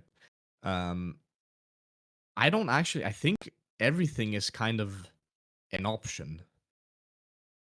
Yeah, I think it is possible for her to go wherever on the map, but at the same time, I feel like it's gonna be difficult. It's You can go to the lanes, but the question is can you get anything done when you go to the lane? And we are loading into game and getting into game on your screens right now, and across the board we don't see anything too unexpected or unusual. As expected, 2 TPs for mids and top laners. We see the clans taken by the Zeri, which is a complete necessity for this game, and everything else across the board is fairly standard, and it looks like both teams are just going to be starting the game with a very quiet 5-point defense. One thing that I feel like you didn't mention here that isn't standard is Ornn's runes. Yeah, actually, yeah, I mislooked and didn't see that. We see Arcane Comet picked up by the Ornn, of course. Not able to get much value out of a rune like Grasp of the Undying in this matchup. But you have to imagine that Elvlai here in the top lane for Asini, he is the big Ornn player, so presumably he's gonna understand how to play the matchup, but not always, because we do sometimes see, we see mains and one tricks. They actually struggle to play against their own champions. Yeah, for sure, but we're gonna have to see, right? I think, hopefully you would think that these players are high enough level to understand how to play the matchup. But again, right, if you're always playing one side of the matchup, it's sometimes hard to just envision, how you would play the other side. But we're gonna have to see here. I think top lane matchup guaranteed is gonna be something that we have to look towards. And speaking of the Rek'Sai clear that we were talking about before, we see that Rek'Sai is actually clearing into bot lane here. Yeah, and we did see Zeronic here on this Lysandra. He tried to push into Asini's jungle level 1 to get a ward down, but Zuhi on the Azir denied the ward, so DMG, they're not going to have any intel starting on this game about where the Maokai is. They could guess that he is pathing towards the bot side, but with no vision, and there's no guarantee about where he is. And on the other side, uh, Asini also have no intelligence on where the Rek'Sai is starting, so jungler starting positions currently for both teams are unknown, and I would expect this Maokai to get a good clear going a little bit faster than this Rek'Sai. Yeah, for sure. The Rek'Sai, a bit of a slow clearer in general. I feel like Rek'Sai, she's never been a champ to clear the jungle fast. She's been more of a Jarvan type champion here. Maokai as well, but his Q just allows him to clear so incredibly fast. As we just see some basic trades, coming out here on all of the lanes. The Varus poking down this area as much as he can, but the healing from Alistar is gonna be enough, to just chill. Mid lane though, Lysandra I think she got level 2 first and got a pretty good trade here over onto the Azir here in top lane. As you expect, Smolder pushing in, not really much the Ornn can do. Just kind of has to sit there and suffer. Yeah, I think the Arn has to sit and suffer a bit until he gets at least level 6, and maybe then he can try to do something. Maybe he can try to punish the Smolder for overstepping. As you did highlight when we were getting into the game, he's that Paladin, Mage, Warlock, Assassin, as we see on our screens Yeah. right now. The Arn is kind of running down the Smolder who's out of mana, Yeah, and Smolder has to flash. Ornn flashing behind him, but the Q just barely misses, and I feel like that could have been a Comet proc as well in a kill, but still, that's flash gone on the Smolder in top lane here. yeah, and we do see both junglers now. They are just about finishing their final camps for their clears. Rek'Sai outpacing Maokai by just a little bit, and they are both going for the same crab, so we are going to see a contest. But nope, Maokai just instantly smites it, and he He's gonna is have to flash punished, and out. he has to burn his flash for that one. Yeah, but the mid lane push here in favor of the Azir at this point, so the Maokai might be able to just wrap around for the second scuttle here. We see the Azir moving with the Maokai, but it's just, they're not going to risk it. The Rek'Sai, Lysandra have to be respected early on in this game. They have to respect the big CC one-shot here, so they're just going to give the scuttle, and they're going to be completely content with restarting clear as soon as the Raptors are up. So clear, speed in general, just still over to the side of the Maokai. Yeah, fairly slow game so far, other than that play in the top lane by the Ornn. Playing it very well to get that smoother flash out. And you have to be wondering and aware that is Rek'Sai gonna peek her head top lane at some point before that flash comes back up, which is what I would recommend. You need to try and get this Rek'Sai ahead early, because I feel like if they can't get some early kills or, get some early objectives off the Rek'Sai pressure, then you're losing a lot of value on this pick. But it's possible that I'm wrong. Maybe that the jungler here for DMG, maybe he's got some secret sauce in mind, and he's gonna show the value of this Rek'Sai. Yeah, and I fully agree there. I think the Rek'Sai needs to get ahead and the Smolder needs to get behind, right? So the obvious choice here would just be to go top, abuse the flashless Smolder, and just play there while your bot lane just kind of survives. Because this bot lane matchup, I've played this a lot. It's kind of just whoever engages first usually loses, right? This is just how the Rel Alistair matchup goes, right? Counter engage is the name of the game, so you have to be careful exactly what you're doing. So being proactive, in terms of being proactive for the side of DMG, top lane is definitely the lane to go to. The bot lane, you just have to be reactive. And speaking of proactive, the Ornn is going here on to the Smolder here in the top lane. Q hits and just about not taking him down. The Comet was just not off cooldown to take him down under the tower there. Yeah, Smolder living just through the tick of that refillable potion, and we see an engage on the bot lane. You engage on the bot lane coming out here, but nothing's gonna come from it again, right? Whoever engages first loses in this matchup, and you see both junglers here just to counter engage because that's exactly what they want to do. The Zeri and the Alistar being able to push that wave in. The Varus needs to cover here, but they know the Maokai is here because he threw the sapling into the bush there. And this is probably just going to be Drake going over to the side of DMG unless Asini decides they want to fight this. But this Drake is already getting extremely low here. It doesn't look like they know as of yet. Lissandra has first move on mid lane, and I don't think this is a play that Asini wants to go for, and that's going to be first Infernal Drake over to the side of DMG. Yeah, Rek'Sai able to use the tunnels to sneak into the Drake pit there while her bot lane are pushing in and generating prio. You know, you could presume that they are going for Drake off it, but with no vision, there's no guarantee. And, you know, Asini, they're just too late on the move to try and contest the dragon. And that's the first Drake picked up. You know, we are seeing them generate some value out of that Rek'Sai so far. If they can get the Drake stacking, if they can get these grubs secured, then the Rek'Sai falling off is not as big of a deal because, you know, she's done her job. She's secured an early lead for her team. But you would love to see her picking up some kills, some assists, get her laners ahead. Yeah, and speaking of getting her laners ahead, that's exactly what she's not gonna be looking for right now. She's gonna try to get the Maokai off of these grubs here, but the Rek'Sai isn't 6 yet. What the Maokai is, that clear difference, 6 CS difference here for the Maokai, just about winning him that fight. And we're gonna go into a very quick replay of what just happened there.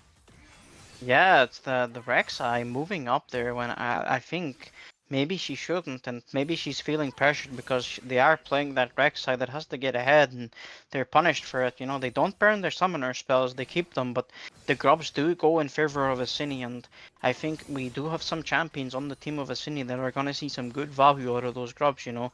The Azir is happy to be in the side lane, and I think this Smolder is also going to be happy to be in the side lane, and especially with the Smolder pushing in this Ornn, they can maybe generate some plates there. But at the same time, I think the Smolder has to continue to be careful because we have seen him get seriously punished twice for over pushing, and that is one of the weaknesses of these champions in the long lane, in the top lane. Yeah, for sure, right? You need to be careful when you're silencing these squishy champions that don't really want to fight, right? Like, the side lane is good for Azir and Smolder, but they're not really champions that want to fight in the side lane. They want to push the wave, they want to hit the tower, but fighting isn't definitely their strong suit when it comes to the 1v1 and the 2v2. So I think that's what they're gonna have to be careful about. But in terms of the rest of the team, well, just while I say that, we see the flash coming in here from the Smolder, but flashed on by the Rek'Sai. The Rek'Sai is gonna take the kill there as well, and that's gonna be a big kill onto the Smolder, denying those stacks. Really, really good play from the side of DMG. Yeah, we see that Rek'Sai finally getting into the game, securing the first kill on the board for DMG. Ornn picking up the assist, and that Smolder, you know, he's gonna start feeling these punishes. He doesn't have his TP backup yet. He's gonna have to flap his wings all the way back to that top lane. And Rek'Sai already back on the map, pathing towards the bot side. 2 minutes for the next Drake spawning, which will be a Chemtech Drake. And hopefully we're gonna see DMG, you know, they need to continue playing aggressive. They're on the upper hand currently, I'd say, in this game, with tempo wise, with the Rek'Sai at least. And you know, are they gonna be able to transition this? That's the hard part with the Rek'Sai. You have to transition from the early game to the mid game. Yeah, definitely. The transition here is going to be name of the game. Really important here. We see the Rel trying to engage here, but getting disengaged by the Alistar. The Alistar's completely smurfing this fight. That was crazy what he just did there. Completely denying any play from the side of Asini here. The Zeri doesn't even have to flash away there. She just uses ult for damage and ease away from everything. And that's really, really good. Yeah, beautifully played by the Alistar there, and we see why this Alistar is so powerful as a disengaged champion. And now I think DMG are in a very good spot. Yeah, big engage coming in here from the Rek'Sai. Double flash from the bot side of Asini, and then everyone is gonna get out alive apparently, except for the Varus. So that's a huge wave missed here for the side of Asini bot lane. At the same time, counterplay here from the side of Asini on the mid lane. But again, another play coming out at the same time, diving that Rel. The Zeri's gonna take down that kill. It's not gonna be the Zeri in the end. The TP was coming in, but it got cancelled by the Ornn. So many plays coming out, and then the Alistar goes to end himself into the tier 2 and bot lane. The Ornn ulting here has to flash away from the engage by the Maokai E, not really getting him out of that play, and it seems like he's gonna go down to the Smolder. 3 plays simultaneously on every side of the map. Yeah, that's complete chaos, Carrot there. Wow, good job. And I just have to say that not looking so hot for DMG at the moment. You know, this Rek'Sai has picked up all of the kills so far on the board, and that's not exactly the ideal place you would want those kills. Rek'Sai is not traditionally a champion that we think of as a carry.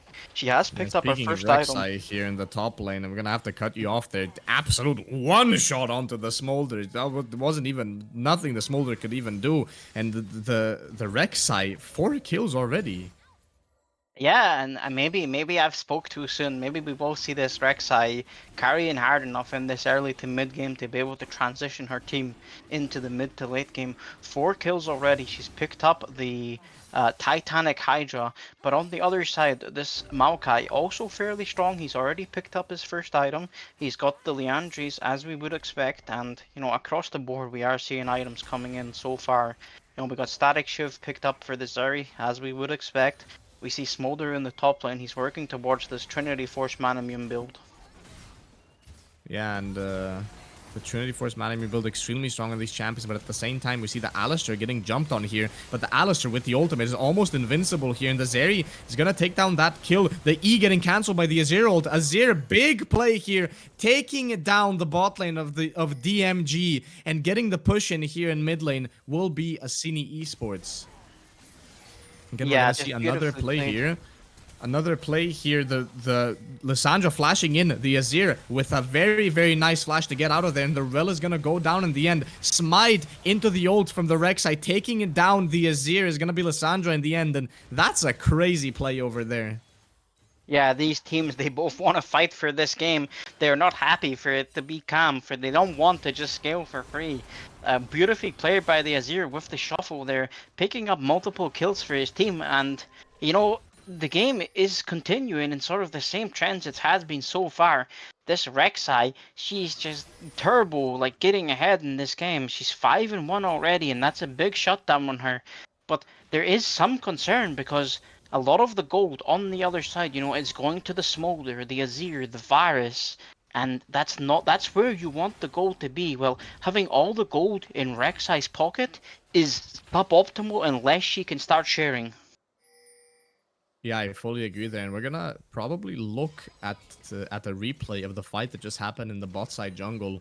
You know, it's just this fight starts off really good for the side of DMG, right? The Alistar gets engaged on, but that's exactly what they want there. And then just, you know, turning that fight, and then the Azir shuffle, taking absolutely everyone down. It's just, it's crazy. And at the same time, we're looking at top lane here. I just looked away for a moment, and it's already, the plays keep on happening. The Smolder has to flash away from the Ornn ult, and this Ornn is not letting this Smolder stack in peace. We talked about it before game, but it's just, it's so insane.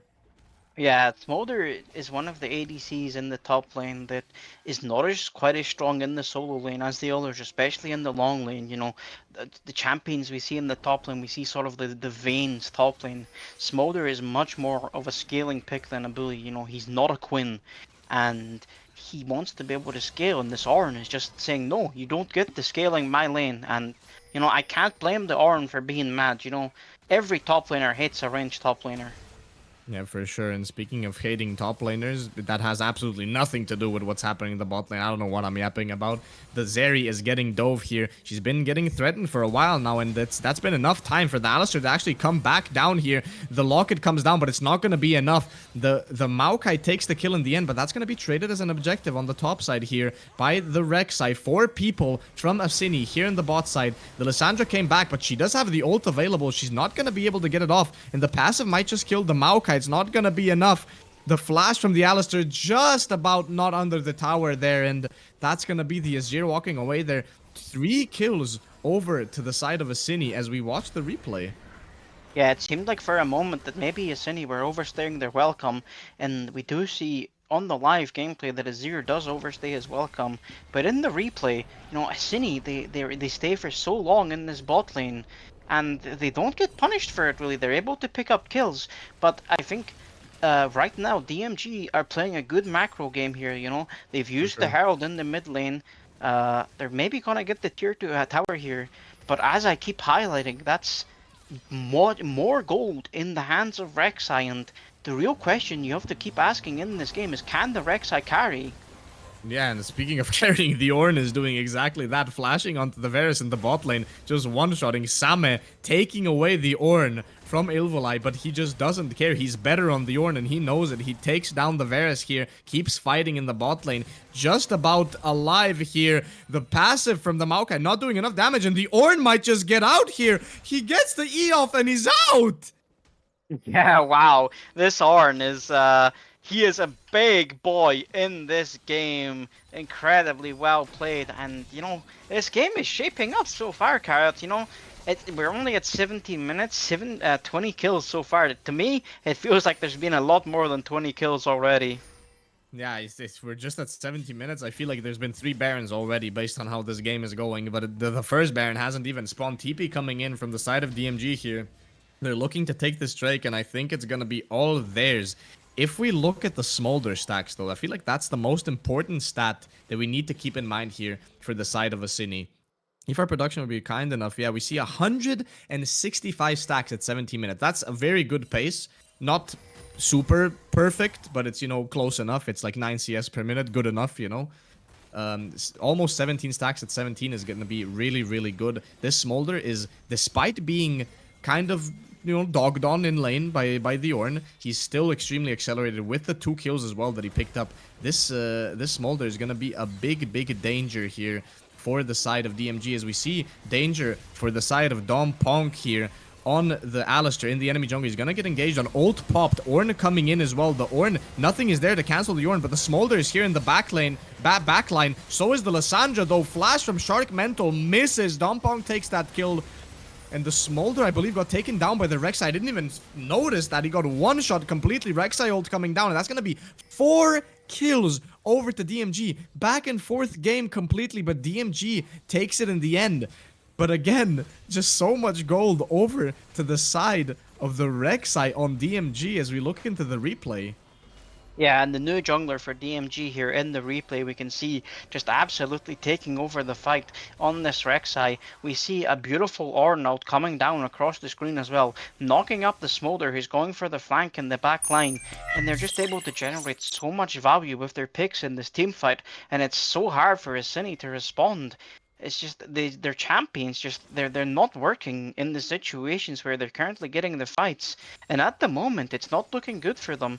They're 5k down going into 20 minutes. The objective bounties are starting to come in available for Asini to claim, and DMG, this new jungler, you know, it seems like, as I've been told, they've replaced Gary Snail with Lifetime, this Rek'Sai player here, and he's starting very hot in SOL.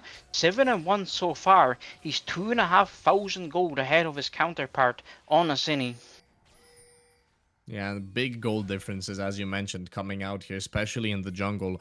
The ADC, right? We talked about how the gold isn't going into this area, but she's still extremely ahead here. 1k already. As we see DMG posturing here for the top lane dive, but the Asini is here to counter that. They're not going to just let the Smolder get dove unless he just walks up and gets ulted by the Lissandra. One shot by the Rek'Sai. Lissandra has the turret aggro right now, and the turret isn't hitting anyone.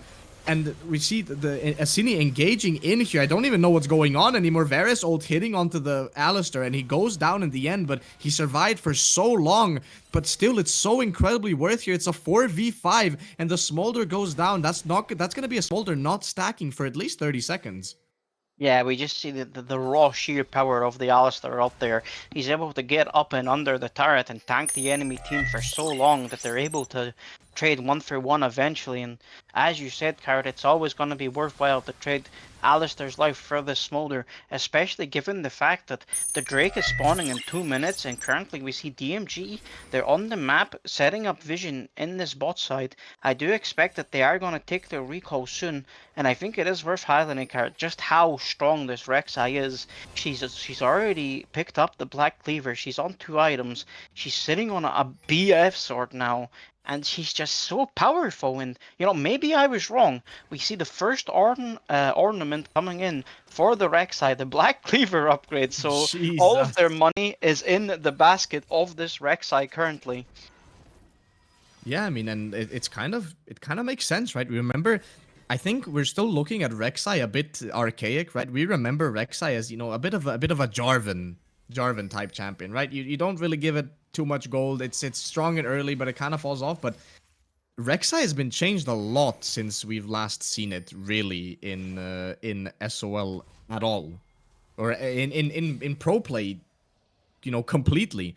So it's become a bit of a bruiser champ, right? It's become more of a Renekton type champion here, and you can see it, right? It's still shining here. Even at 21 minutes into the game, yes, she's very ahead, but the champ just kind of works in teamfights now after all of those changes to make her a bit more bruisery. Yeah, and she's proving to us in this game that it is a very powerful pick. We have this 4th Drake of the game spawning in 30 seconds now, and I would expect DMG to shift their focus down towards the bot side of the map to pick up this Infernal Dragon.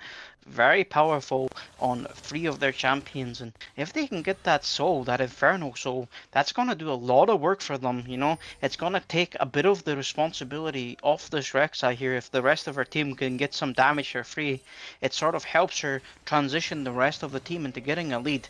But I think at the same time is we can't write off the rest of the champions on this team. We see this Zeri in the team fights, she's slowly getting to her item breakpoints. She's working on the Infinity Edge now. And this Lissandra, is always going to be powerful, able to lock down a target so that they can get one shot, There's no cleanses on the side of Asini here, so unless we see some QSSs or otherwise coming in, it's always gonna remain a prominent threat. Only the Varus has opted for a defensive item. Yeah, for sure. We see the Varus actually has the Edge of Night already, which I think is a very good pickup here into the side of DMG. They have a lot of things that can CC him and a lot of things to dodge, but I feel like there's a bit too many things, right? There's so many things that can just proc it and you can't do anything about it. So a bit of a defensive pickup, which you can't really blame him for. He's one of the main carries here on the team. He needs to be relatively safe. But looking at the game overall, I feel like the game state has slowed down a bit. Drake going over to the side of DMG, but the Smolder is still stacking. If we could look soon at the Smolder stacks, we're gonna have a look at that as soon as humanly possible here. 218. So Smolder is 7 stacks of 225. Yeah, and as we all know, when Smolder gets those 225 stacks, he gets the burn damage on his Q that functions effectively as an Elder Dragon buff. He's gonna be there very soon, and at the same time, his Mana Immune stack is gonna come in at around about the same time. And just in this moment of Camcart, there's a couple of things I just want to highlight, and one of them I find really interesting. We take a look at this Varus, and he's opting for a bit of a different build. Usually we see the Varuses, they opt for lethality item into Mana Immune. But this Varus, he's still just sitting on the tier, And his third item is not going to be the Mana Bean either. He's sitting on the Brutalizer, which I believe is going to build into perhaps a Cyrilda's Grudge. Yeah, I think it might be Cyrilda's Grudge. I don't think there's really any other item he would want to pick up that builds out of that Brutalizer there. But yeah, I think an interesting choice here for in terms of build. I think it's definitely an option. It depends on how you want to play this. You know, this build he's going for is a bit more bursty and a bit less pokey in that sense, I feel. So we're gonna have to see how that plays out for him. Yeah, and you know, the game is slowing down a little bit as you highlighted, Carrot. The pressure, I think, is definitely on DMG here. You know, this Rek'Sai, we do say that it is gonna fall off, and I think even with as strong as it is gonna be a little bit weaker. But especially, I feel like the picks for Asini, sorry, are just getting a lot stronger. This Smolder continues to stack, continues to farm, and that is a ticking time bomb. You know, every second the game passes, he gets stronger and stronger, and I think if you're DMG here, you have to start thinking about like smacking Cine further out of this game. And how do you do that? As we saw in the game, for anyone who was here earlier, PeachFish Esports playing earlier, they lost to the Smolder. Once he gets that rapid fire cannon, he gets the upgraded range on his Q, he's able to just blast them at such long range. And comps like this DMG comp card, they've got the front line, and Smolder simply doesn't care about your front line. He's gonna Q your front line and hit your back line with the burn. Yeah, and that's just one of the strongest parts of Smolder, I feel. Q on the front line, and then the Zeri dies from the burn. That's just a bit absurd, and it's always been absurd. But one thing to note, really important thing, is the Guardian Angel. I have to remember that name because I haven't seen it built in a while. And that item is right now on the Rek'Sai already done. And that means that the Rek'Sai in the next fight has the chance of just running in and, you know, dying. But still, if the Rek'Sai goes 1-for-1, that's an extremely big win for the side of DMG. Yeah, definitely, and I think it is worth considering is when we look at this, we see a bit of a 5k gold lead, but that 5k gold lead is actually, it's probably closer to 9 or 10,000 because we've got 3 Ornn upgrades coming in at 1k gold each. That shifts the gold lead to around about 8,000, and then this Inferno Drake and 2 Hextech Dragons, that has to be at least 2,000 gold worth of value there, so DMG are actually a lot further ahead in this game than the purely statistics on the screen might show. Yeah, and I love that you mentioned that because that's something, you know, that it's not visible on the gold graph, so you don't really think about it. But yeah, exactly. So many stats that just aren't represented in the gold are on the side of DMG in this game right now, and it seems like they're posturing really aggressively here for the last Drake, which is gonna be the Hextech. The in-game, you know, the in-game info is wrong because Riot Games loves wrong info, apparently. It's not going to be an Infernal Drake. We see an engage here onto the Ornn from the side of the Maokai. The ult being popped from the Maokai, but it's just not going to be enough. This is an extremely weird engage, but the Zeri completely caught out of position by the Azir, getting taken down immediately. The Azir is doing so much damage, and I don't know if DMG have enough damage to actually take anyone down here on the side of Asini. Everyone is gonna go down from the side of DMG, and that GA is not gonna do anything for the Rek'Sai. The Zeri gets popped. She didn't even use ultimate, and the Azir solo-handedly carrying that fight, carrying his team through this game. Yeah, that's beautifully played, and maybe we hit DMG with a bit of a caster's curse here. They get wiped in the team fight, and you know, Asini, they're able to weather the storm here, and they're able to pick up the Hextech Dragon of their own and the mid lane turret here today. And we see the replay now. We just see how this team fight played out. You know, this Ornn gets picked off and dies at the end of the fight, and you know, this fight just doesn't go the way that DMG wanted, and now the game, you have to be concerned if you're DMG now. Asini are in a very comfortable position. Maybe we could say that word card. Maybe Asini have outscaled. Yeah, I think that might be the appropriate word here. I don't know if they've outscaled already necessarily. The game is even right now. The champs, the Smolder especially, is extremely strong, but I don't think it's over yet.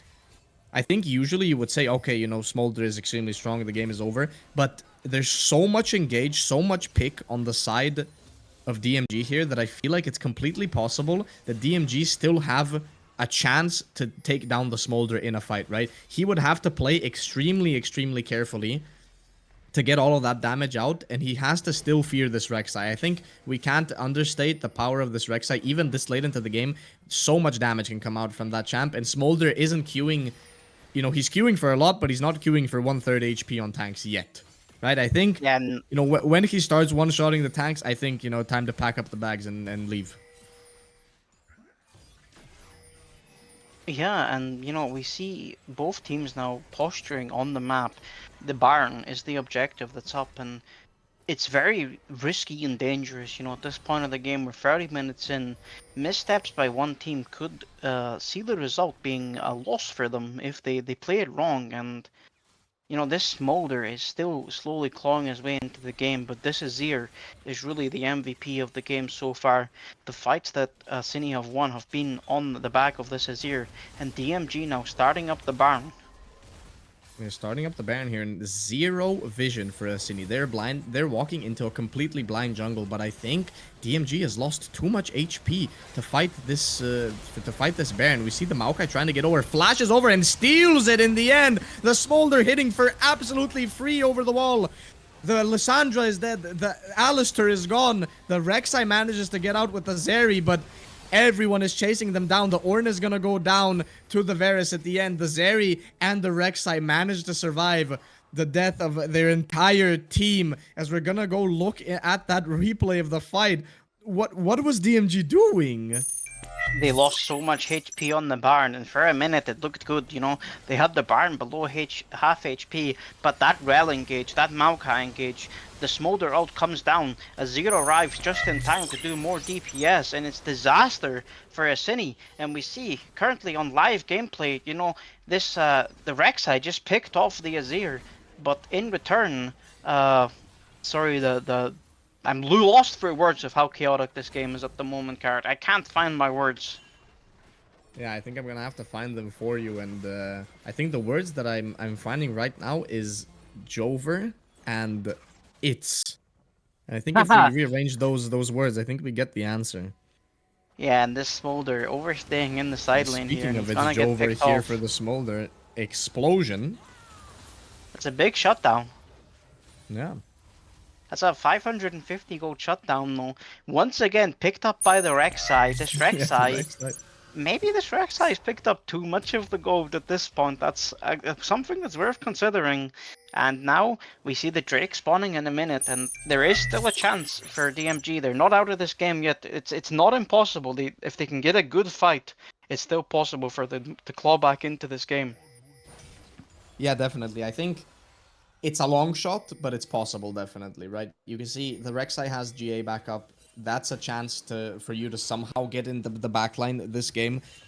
I think what they're gonna have to do, and what we've seen, you know, I don't know if anyone's seen it, but Nodu, one of his plays on Alistar, was walking through the entire map, dodging every single part of vision and just engaging on the enemy team from behind.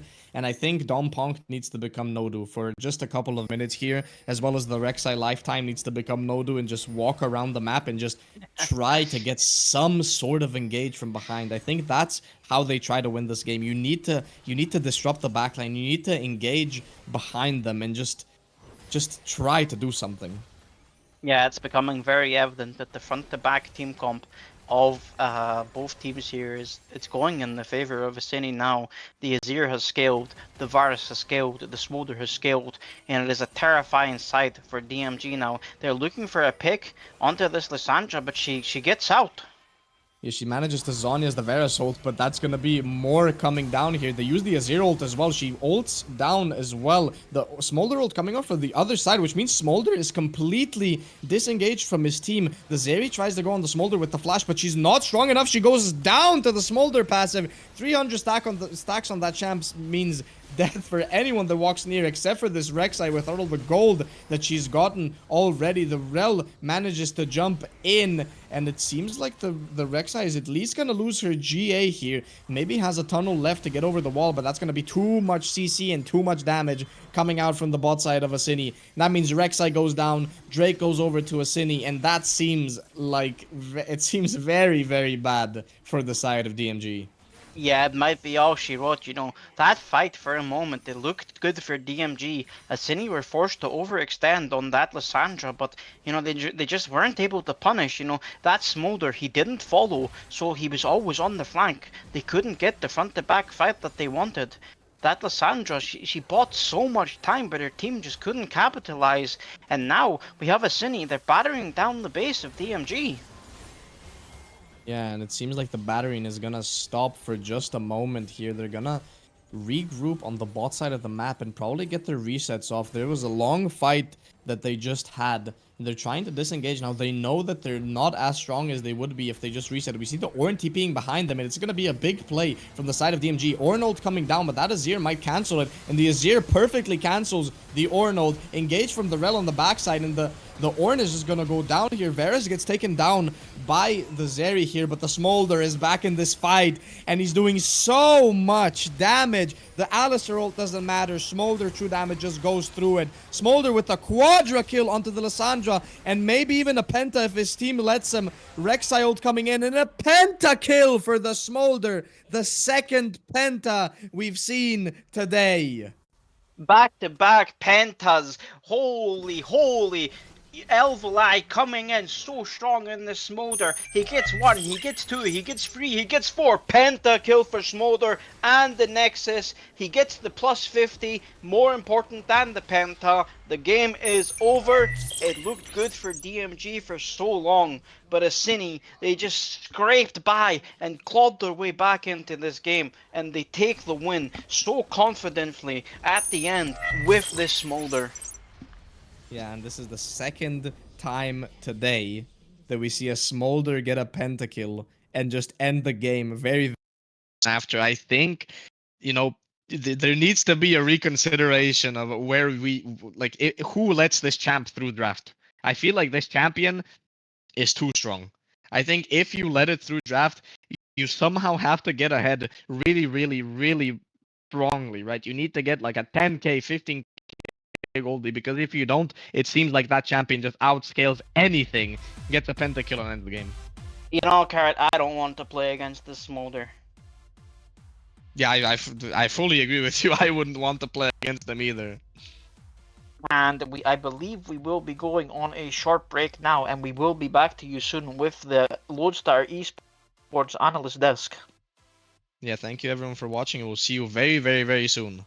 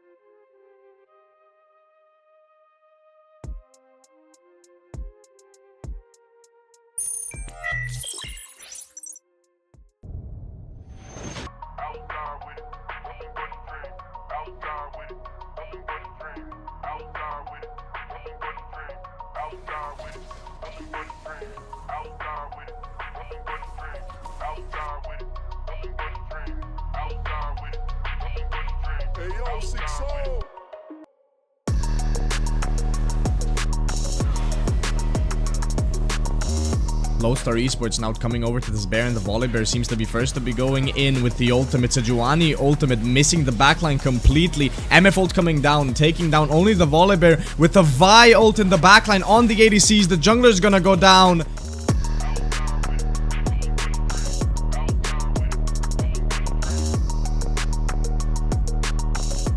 Be a triple kill for the way, maybe even going for a quadra.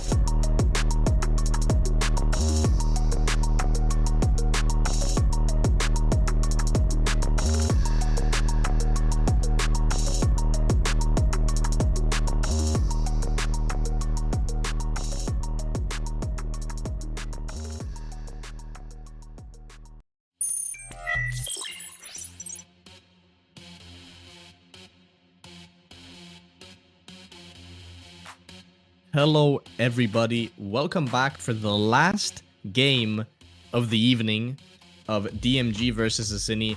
We saw last game, we saw Asini take it in the end. DMG, you know, very big just performance. It was good. We can't say that they just fell over and lost. It was a good performance, but they lost in the end to the Smolder mostly. So we're gonna have to see how they play out in this next game. I'm joined again here by Emily. Welcome back, Emily. Hello everyone and welcome back to the stream. What a game we just had. Asini clawing their way back into the game when it looked, you know, very... We have a look at the gold graph here as we're gonna swap over in just a second to show you the post-game stats, and you know, it is looking a bit like a gambler's love here on the gold graph, you know. DMG, it looked so positive for so long for them, but they were just never able to transfer the lead they had, almost 6,000 gold at 20 minutes, and they just fell off a cliff, you know? That Baron play, they just lost the game. Yeah, for sure, and this gold graph is reminding me a lot of the first game we streamed today. It's basically the exact same, except that the swap between red and blue side happened at 27. So basically the exact same thing, but it swapped at 27. So crazy gold graphs, you know, a bit of a roller coaster here. The stocks dropped, everyone sold, and red team just took the win. Yeah, a fire sale for DMG stock here, and you know, maybe they're gonna take that to their advantage in the second game. You know, going into the second game, they're now, I think, 0-6 or 0-5 perhaps on standings. It's not looking good for them in Division 1 here. Looking very good for Asini on the other hand. But the question we all now have and the people at home have is, can Asini keep this league going? Can they keep the momentum going? Because I expect that some of these champions that they played today in this game are not going to be available for game 2. I will eat my shoes on cam if Asini are allowed to play Smolder in game 2. Yeah, and I fully agree with that. It's again, right? It's like LEC, right? Legacy, Kings, whatever. But this game, it's Asini needs to get into playoffs, and DMG has to stop losing. A bit, it's a bit more lame, but still a storyline to follow. And I fully agree here with what you're saying, right? Smolder needs to go. I think Smolder has just been the bane of every team's that's playing against them existence today, right? So that champ, I think, has to just be removed in draft. Yeah, the Smolder is a ticking time bomb of nuclear proportions. Once he's able to get those stacks, and it's not just getting the stacks, it's the fact that he keeps scaling beyond the point he gets the stacks, and it just becomes so overwhelming as we see in these games. He no longer does the burn doesn't scale, like the threshold for the burn doesn't scale anymore, but the burn still scales, and that's the terrifying part. He's burning you for 10% of your HP and true damage, and then executing you for another, I think it's 3.5% or something like that. It's just ridiculous. It's almost like an eighth of your HP or a seventh of your HP is just unavailable. Yeah, for sure. And I think that champion he's been strong for a while, but I think this patch is when we've been seeing him the most. I think today at LEC games, I think they're already over. Smolder, the one game I watched, Smolder has just been a menace. It's impossible to play against that champ, I feel. Even if you do get ahead early on in the game, right? Just like DMG did, I feel like DMG just played correctly, right? There's nothing...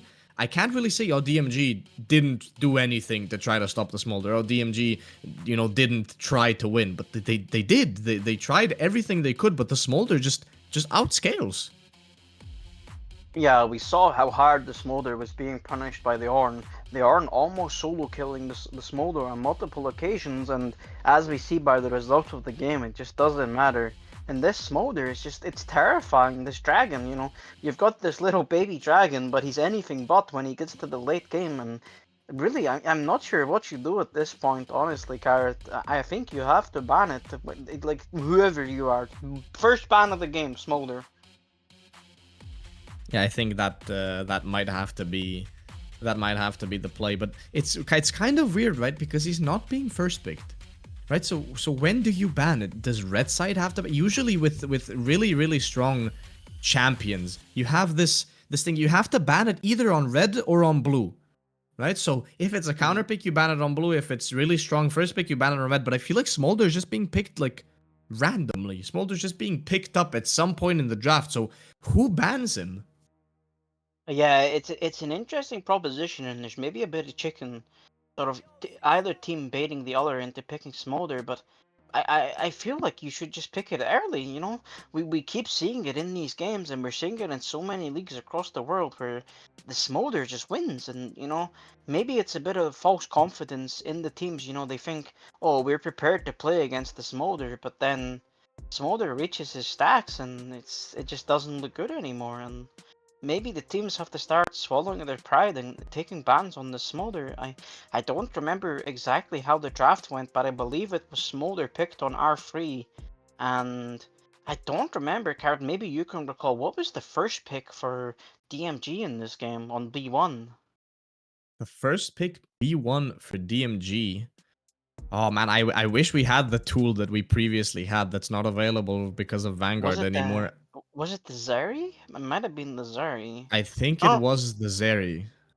Yeah. Yeah, I believe it was Zeri It was on the B1, because Zeri. then we saw the Ornn on R2 taking it away from Asini, and then they responded with the Smolder top. And you have to wonder, Elvalai on that top lane, he's the Ornn player, and he's also got the counter pick prepared. And well, it wasn't the counter pick in lane, it was just a counter pick in the game as a whole. This Ornn is not able to effectively shut down the power of the Smolder, and he's able to stack. Even this game, his stacking was far from optimal, Usually we see 10 or more stacks per minute, and this Smolder was down at, you know, maybe 8.5, but still, he's able to reach the point where he reaches his stack threshold, and then it's not a good look anymore once he gets those stacks. And I really think that you have to adapt and, you know, maybe get rid of the Smolder. Yeah, for sure. I think Smolder, getting rid of Smolder has to be the main priority in this game. Yeah, and beyond that, I think it's also worth talking about, you know, some of these other champions, putting in a lot of value. The Rek'Sai got a lot of kills, but was not able to transfer it to other champions, and I feel like that was the biggest issue for DMG.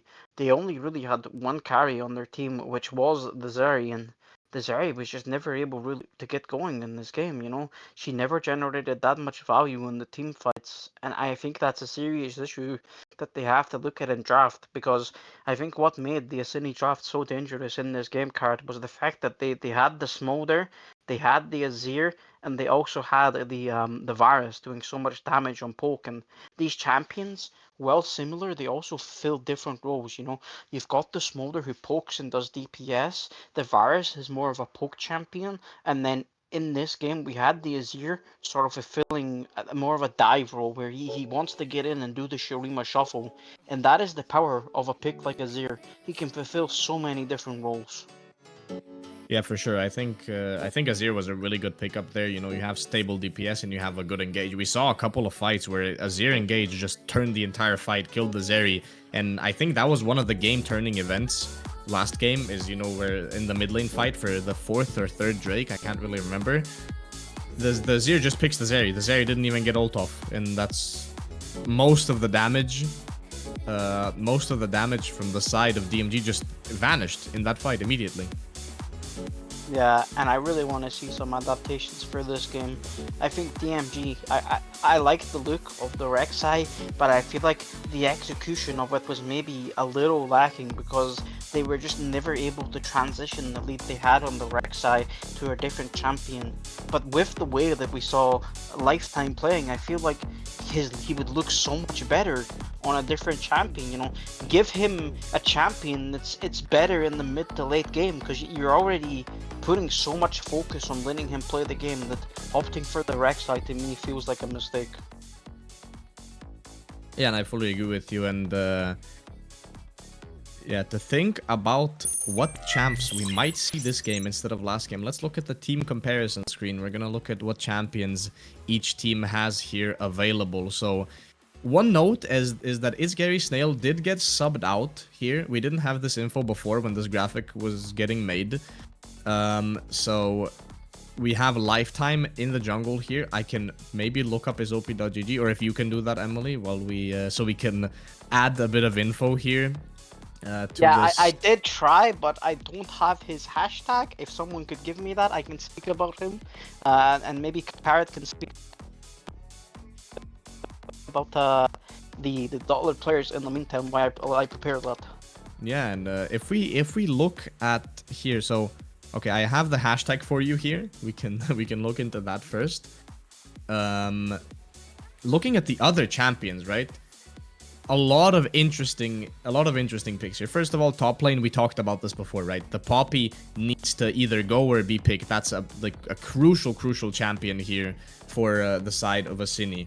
But apparently it didn't really matter, right? That game, we thought it was gonna be crucial, but then all of a sudden, you know, the Poppy Ornn Gragas Nasus player is on the Smolder and he's completely smurfing on the enemy team. So I think top lane might be it might be a bit not how it seems, right? So yeah, just, definitely. you know, And yeah, it's a bit of a switch up, and you know, having that in your back pocket is so powerful. You know, you've got the tank player pulling out the Smolder top, and that is exceedingly dangerous because now it's very hard to prepare against him, because, you know, as I did highlight, he played 4 games of Ornn in SOL Division 1 so far, and now for this game, no Ornn, his Ornn is taken away from him, and he plays the Smolder.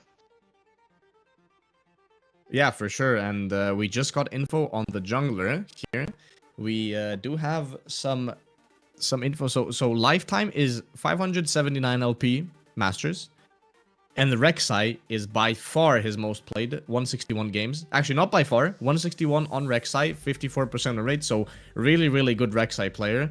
Second is Kha'Zix, and then Talia Skarner. So a bit of a different, or actually a champ pool, as opposed to It's Gary Snail's no champ pool.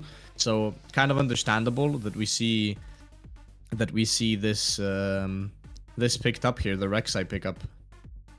Yeah, very unsurprising considering he is a big Rek'Sai player, but I doubt the value of the Rek'Sai in these games, especially against the hyperscalers like the Smolder. If maybe the team doesn't have champions like the Smolder, then the Rek'Sai can generate more value, but I feel like it's sort of a one team has a negative ticking time clock and the other one has a positive, you know. The Rek'Sai is like slowly hurtling towards driving off a cliff. Well, like the Smolder is in the process of, like, you know, he's slowly fixing his car for the race, and once he gets going, there's no catching him. Yeah, for sure. That the Smolder needs to go. But I think that's just what we need to do. The Smolder just has to go in this game, and we see the production is currently fixing lifetime, swapping a lifetime over for It's Scary Snail, so everyone knows that that's the player that we're looking at. Sorry for that mistake here, but you know, there's really no way we can get that info before. So now that we know that, right, we're going over to the mid lane, bot lane, and support matchup, right? Anything to say here? You know, maybe we just repeat something that we said before the first game. I think a lot of people weren't here for pre-game for the first game here. So what are some thoughts here, Emily? Just a quick overview.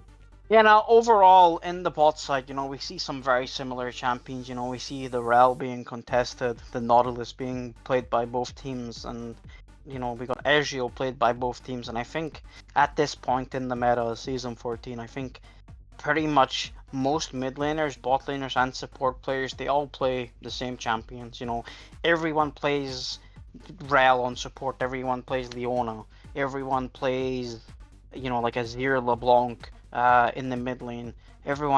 Most mid laners are happy to play Corki. You know, ADCs, they're all playing Ashe, Zeri, and you know, these players are sticking to the mold for the most part. And I think that's about it, Carrot. You know, all I want to see is either Smolder taken off the table or Smolder taken away.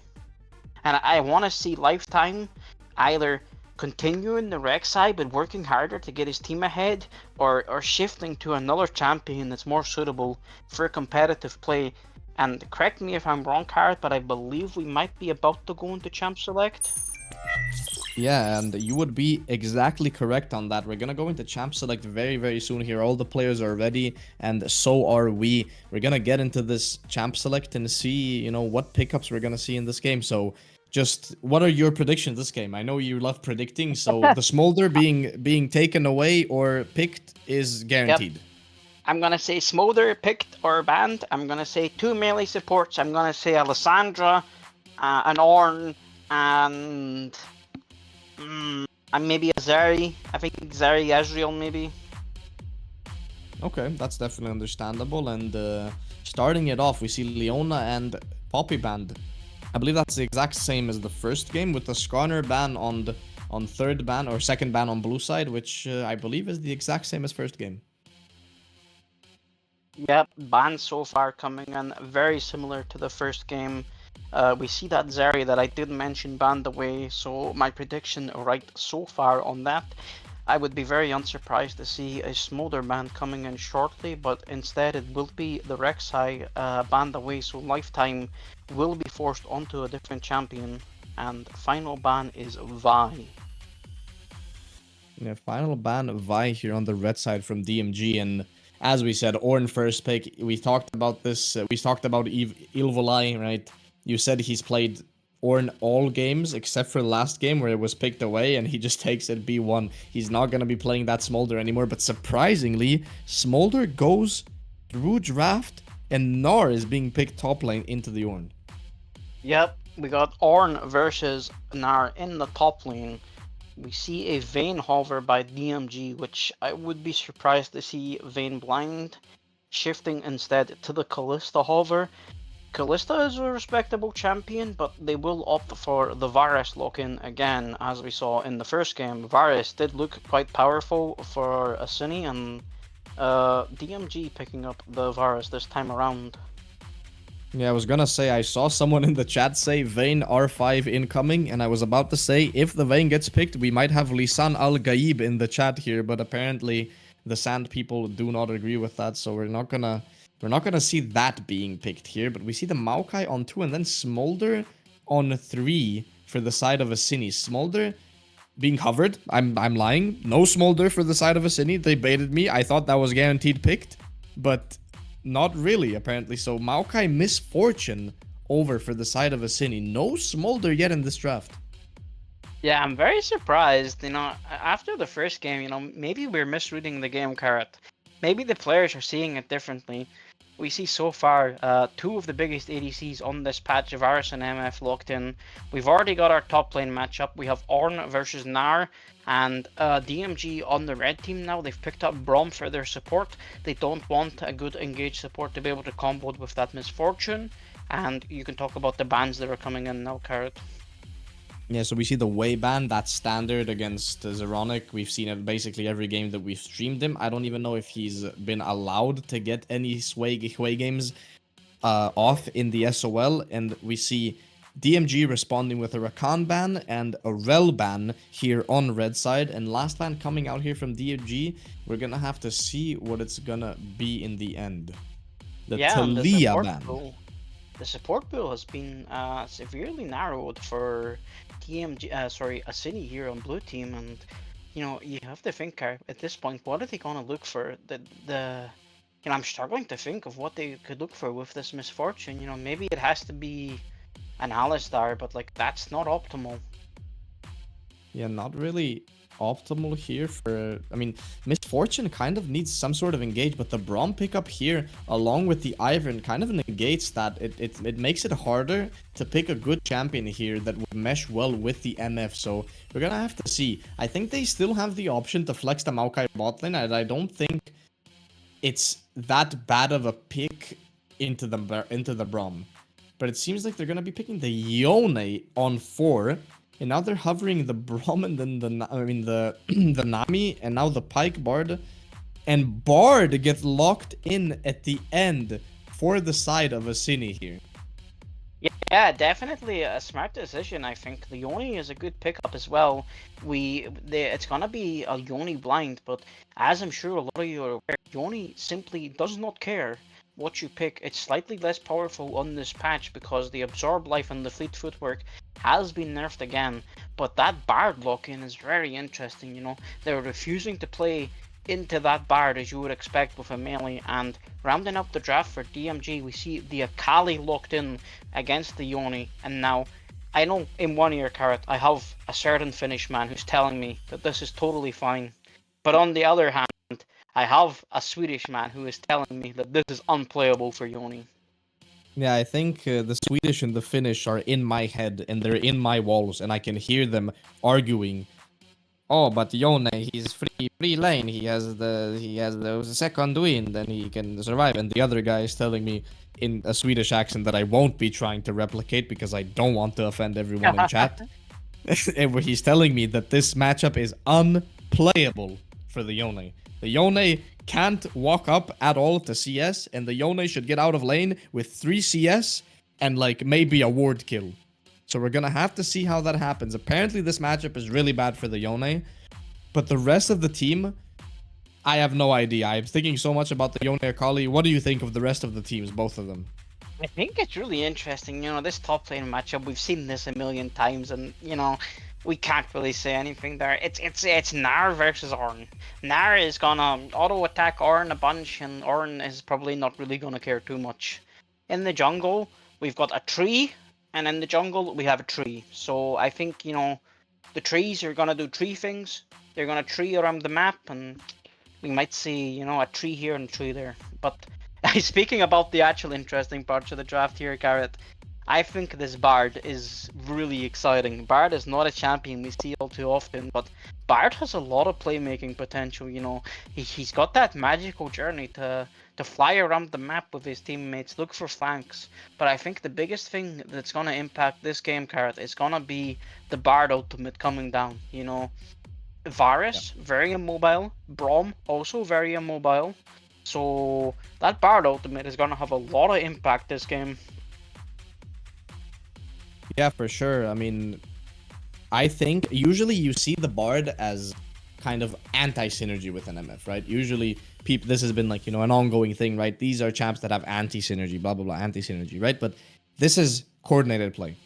Bard is very grief or not grief. You know what I mean? Grief or God type of thing, right? You can either completely int your team with the ult or you can just win the game automatically. And I think we're, you know, heading towards the latter more here because these teams are so incredibly good and versed at playing together.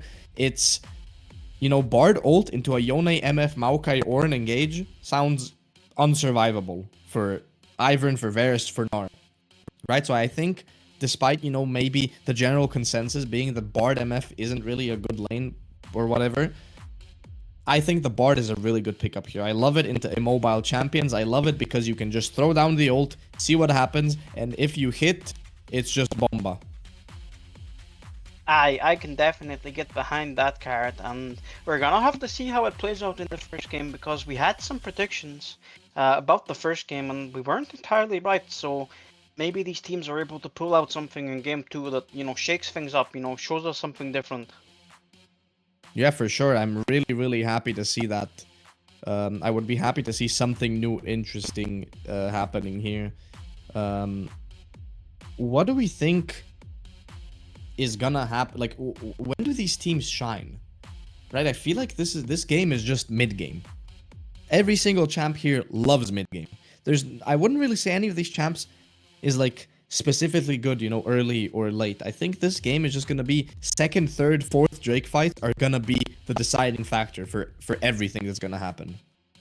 Yeah, definitely. I can get behind that, and you know, I think maybe there is a possibility for some of these champions to play the game early, especially like champions like this Maokai. You know, he has the point and click CC, and we have this Ivern. Ivern is a champion that is very non-traditional in the jungle. He can do some very unusual and interesting jungle pathing that sees him pop up in places at times where other junglers otherwise wouldn't. So maybe they look for some early plays with this Ivern, you know. Maybe they can look mid lane, get Zeronic on this Akali ahead early. Maybe they look bot lane, they get the Varus ahead.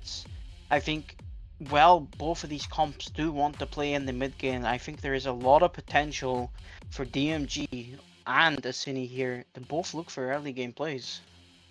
Yeah, and I really love that you mentioned the Akali. I think the Akali is going to be one of the main... I think the mid lane in general is going to be one of the main places that these teams are going to play.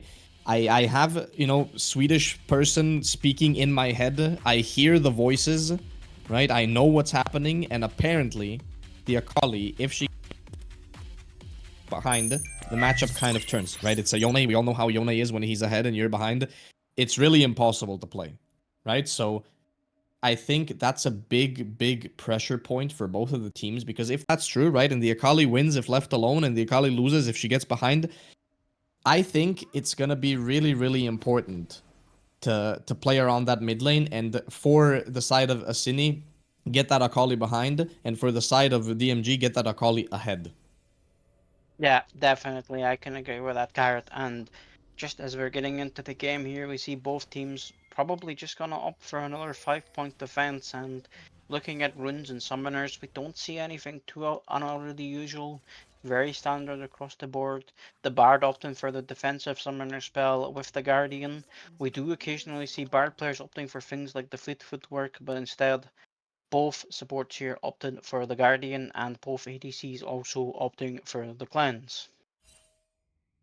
Yeah, very. It makes a lot of sense, all of these picks, except for one important thing is, I think, for the Varus, you can't cleanse the Bard ult. I think that's an important thing to keep in mind, because, you know, if you ever get hit by the Bard ult, cleanse will never help you, because once you're out of the Bard ult, if Asini is playing it well, you are not cleansing or flashing anything, because you're immediately CC'd and you're dead. Yep, that is indeed true, and I think worth noting here as well, Karat, we see Asini now on the blue team vying for vision in the enemy jungle here. They do get a ward down onto the enemy chickens at DMG, so they are going to have intel on what Ivern is doing. But it can be a bit confusing with the Ivern, you know, he goes here, he goes there, and then he goes backwards. So maybe they get mixed up, maybe not. We see junglers. This time, technically both junglers are starting on the same side of the map in the sense that they will end up in the same place because Ivern will double back and he will clear towards top side, I think, if I have my thoughts right, or I could be wrong. Ivern is a confusing champion.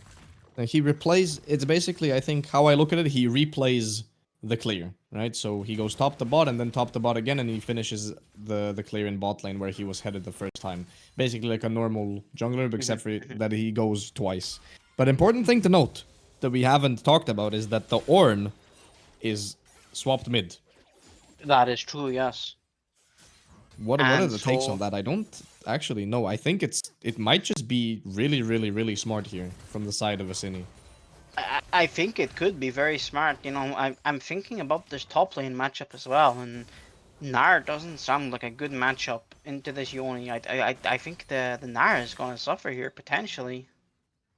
Yeah, for sure. I feel like the Yona has a much easier time into the Gnar. Just in general, I think into champions that require, like, the need to space you with auto attacks, Yone is really strong because he doesn't allow spacing, right? And the Gnar, if he gets hit once in mini, he's gonna get completely destroyed. And I feel like Ornn just doesn't care who he plays against. If Ornn has to go into Akali, I don't think he cares. If he wants to go into Gnar, I don't think he cares. It's the same for him. So it's, I Yep. think, more about saving the Yone some stress and letting him scale a bit easier here. Yep, I can get behind and agree with that. And I think at the same time, it's the Gnar cares about who he's against, but the Akali maybe cares a bit less who she's against. You know, unless they have a champion specifically countering the Akali, she's gonna do Akali things in this game. For And sure. we see the Ivern doing his dodgy pathing. He has ended up towards the bot side, as you did highlight. The junglers on opposite sides of the map picking up their scuttle crabs. Doesn't look like anything's gonna happen, and so far we've got quite a slow start to this game. Yeah, very slow starts, but it's more or less pretty. Never mind, I'm lying. There's no slow start. We see Ivern walking into this bot line, but the Q misses, the root doesn't hit, and that's gonna mean absolutely nothing because there's such a low amount of engage before 6 here in the bot lane of DMG. So that Ivern Q missing means that nothing's gonna happen there. So at least looking for something, you know, very respectable from DMG. It's one thing, right, that we didn't highlight here is that DMG, you know, morale must be low in DMG. After losing a lot of games and then losing that last game as well, it has to kind of hurt. You know, even if you're still relatively focused, you can't say that it doesn't affect you, right? So them still looking for plays, very respectable, very important, especially. Just keep going for whatever you can. Keep trying to push your lead and, you know, playing for what you know is right and just not giving up is really important here. Yeah, I definitely think it hurts morale, and I think at the same time, Carrot, worth highlighting is losing to the pentakill must hurt morale just that Yeah. little bit more. Yep, 100%. And we see the junglers just pathing opposite now. We see they just swapped sides a bit.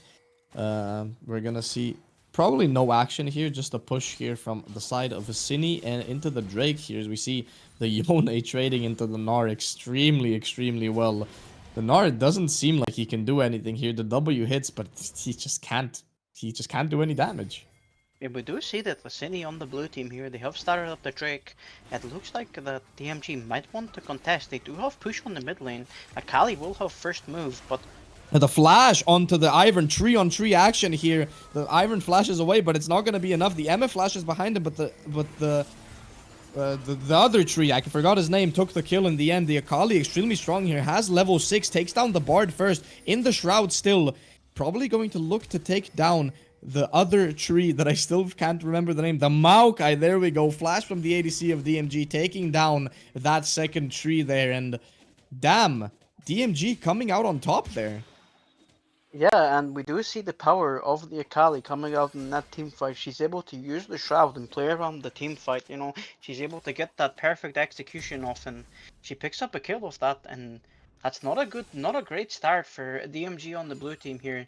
It is a 1-for-2, which isn't the worst thing in the world, and both teams do reset, and they're gonna go back to preparing for the Drake. But it is sort of a weakness of this Orin in the mid lane. He is gonna get pushed in by most mid lane champions, and he is a bit weaker on the move. You know, he does have the ultimate, but the Akali, she's so strong in this early game, picking up kills, and we see already she's opting for the Haunting Guys first item. So I believe we are gonna see the Leandries build on the Akali.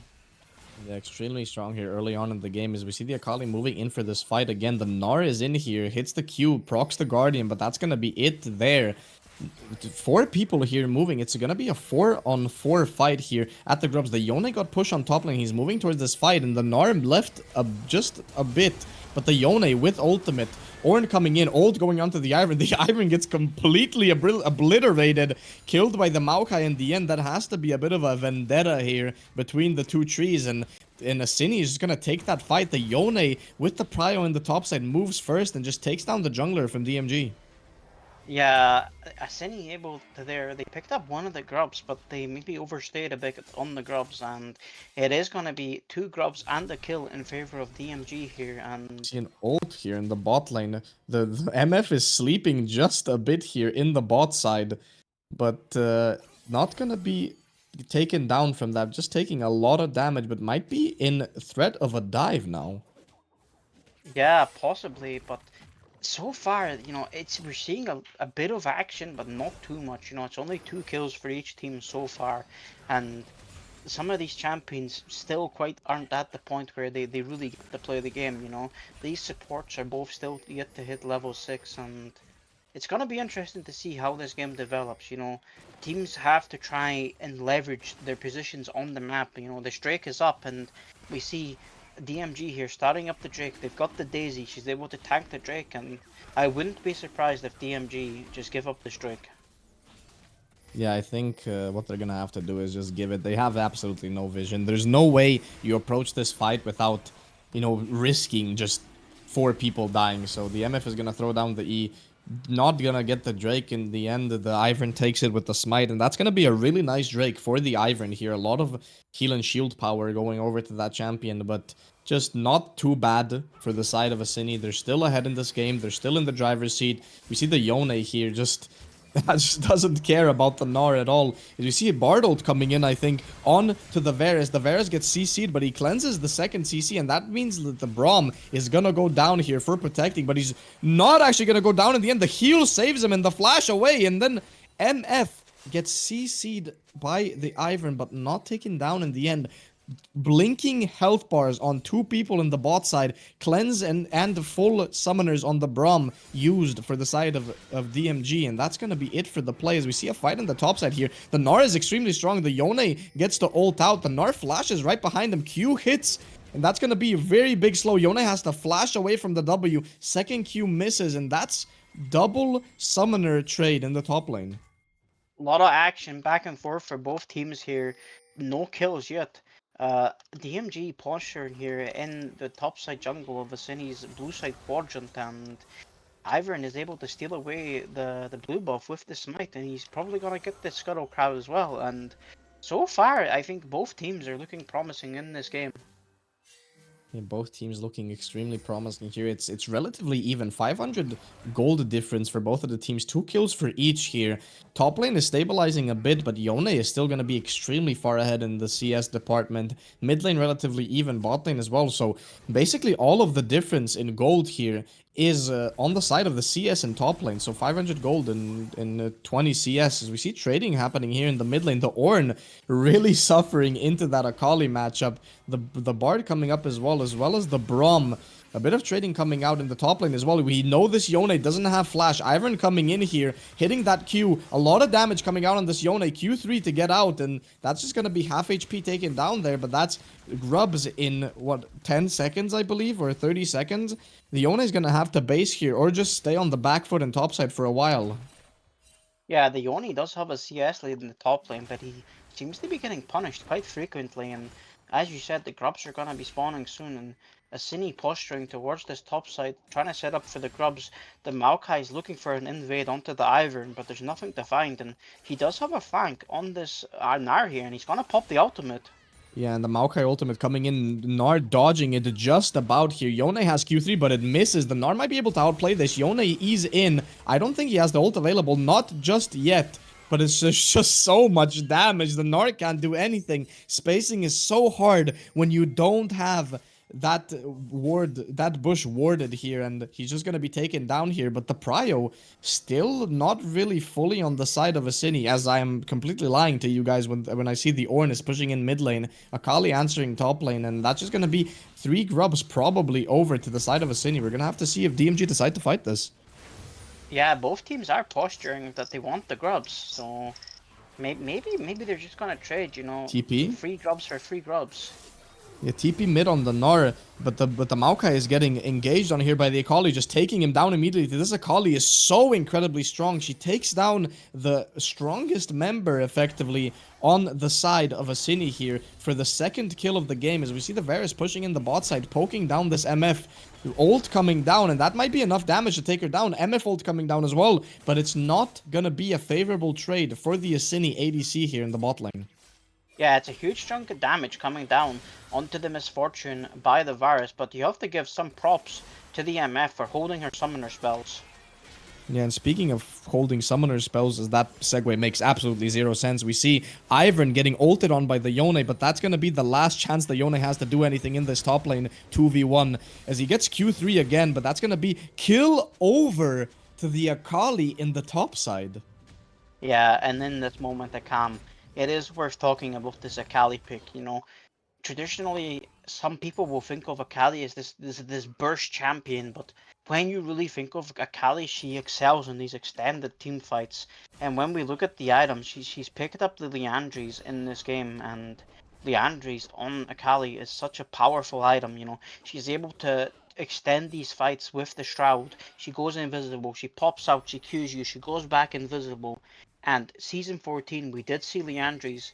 Previously, it was a mana item, but now, once again, it is no longer a mana item. So once again, it is a forefront for one of the best items on Akali, and she's showing the power of the build in this game. And showing the power to the Braum as well as Asini right now, getting that pick over onto him. The E apparently isn't available, but a lot of damage coming out here still on the Maokai. Ornold coming in, hitting that Ivern, and the Daisy tanks the Bard Q, but Akali is in the backline here. So much damage coming out. That Liandry's is going to do wonders for her onto that Ornn. Ivern keeping her alive. She's not taking any damage. That's going to be another kill here over to Zeronic. So much damage coming down. And that's going to be the fourth kill over to Akali. And Ivern can just take this Drake with his very powerful mid laner. And the Asini can't do anything about it. Yeah, definitely, you know, Carrot. 2 trees, 1 Drake, and you know, only one of them can get the Drake, and it's gonna go in the favor of Lifetime again. Second Drake picked up for his team, 1 Chemtech Drake and 1 Mountain Drake. It is going to be an Inferno Soul here on the Rift, and you know, I think DMG, they're gonna be very happy. Sorry to cut you off there, but this is a bit of a fight coming down here. Yone ult hits onto the Akali. She's gonna take a lot of damage there, but the MF is ready here to fight. This Akali has a very large shutdown here, so they have to be careful not to give it over. But the Maokai is gonna get completely obliterated by the Akali. Shroud is not up quite yet, flashing away from the MF ult, but the Sapling takes down the Akali in the end. Shutdown going over to the Maokai, but still extremely strong champions here on both sides. Still playing this top lane fight. Varus ult coming out, hitting onto the Bard, but the Bard is going to go out with the magical journey. Yone is still on the back line, but the Braum takes down the Bard in the end. MF flashing in, Varus Q hitting her, she gets taken down. Yone Q missing in the end, and that's going to be a double kill for the Varus. Tier 1 taken down for the side of Asini, but the whole team goes down. Yeah, that's a huge fight, you know. We saw it looking so good at the start there, but then Asini are able to turn the team fight around, and you know, sorry, DMG turning the team fight around, and we just see the power of that Akali. Just so strong. Yeah, extremely strong here in the top side. We can see at the beginning of the fight, she did get jumped on by the Yone and took a lot of damage, but the rest of the fight, as we see in the replay, or as we saw in the replay, is just dominated by DMG. The Vera is just putting out enough damage here. The MF flashing, but just not enough damage on the side of Asini to take anyone down. The Akali is so incredibly strong. Yeah, that Akali is terrifying at this point, especially for an immobile carry like a Misfortune. But even more importantly, for the tanks, you Braum? know, champion. Yeah, Braum is getting caught a little bit here. Braum is okay. Is he getting caught though, or is he calling an ambulance for the other team? Redemption coming down here from the Ivern. Ultimate on the Bard, just delaying the death of his jungler for just a moment. But the Braum, he just walked in and he doesn't care. It's like a Mundo. He goes where he pleases. He walked in, got caught by everyone. Flash from the Maokai even used, but he doesn't go down in the end. And wow, DMG are just getting back into this game. DMG are so clean, playing so incredibly well. Yeah, definitely. Their morale, like we thought, hasn't been shaken, and this Akali is just going for every play. It's so terrifying, and as you highlighted, Carrot, this Braum, but I think more importantly, the redemption came in by the Ivern. It's such a strong item, and being able to purchase it first item on your jungler is such a huge boon to your team. Oh, big Varus ult coming out of the MF. She needs to use that cleanse to get out of there to make sure she doesn't get one-shot. Braum ult coming out as well and hitting onto the Ornn only. Ornn goes under the tower, but the Varus is going to get hit by the MF ult and the Yone ult. Big shutdown over to the MF there. Very well played from the side of Asini, but I don't know what DMG was even doing there. They were 3v4, 3v5 actually fighting that. It made really no sense, but Akali in the side lane here pushing out, and I think this is what they're gonna do now. They're gonna have the Akali in the side lane, maybe even the Gnar in the side lane, just try to play a 1-3-1. Yeah, I think there's very little stopping them from playing 1-3-1 here, or even 1-4. I think it could be wise to have the Gnar with the team to stop the engage, but this Akali in the side lane, nobody can answer her. Ornn does have the Hollow Radiance, but she is not going to care.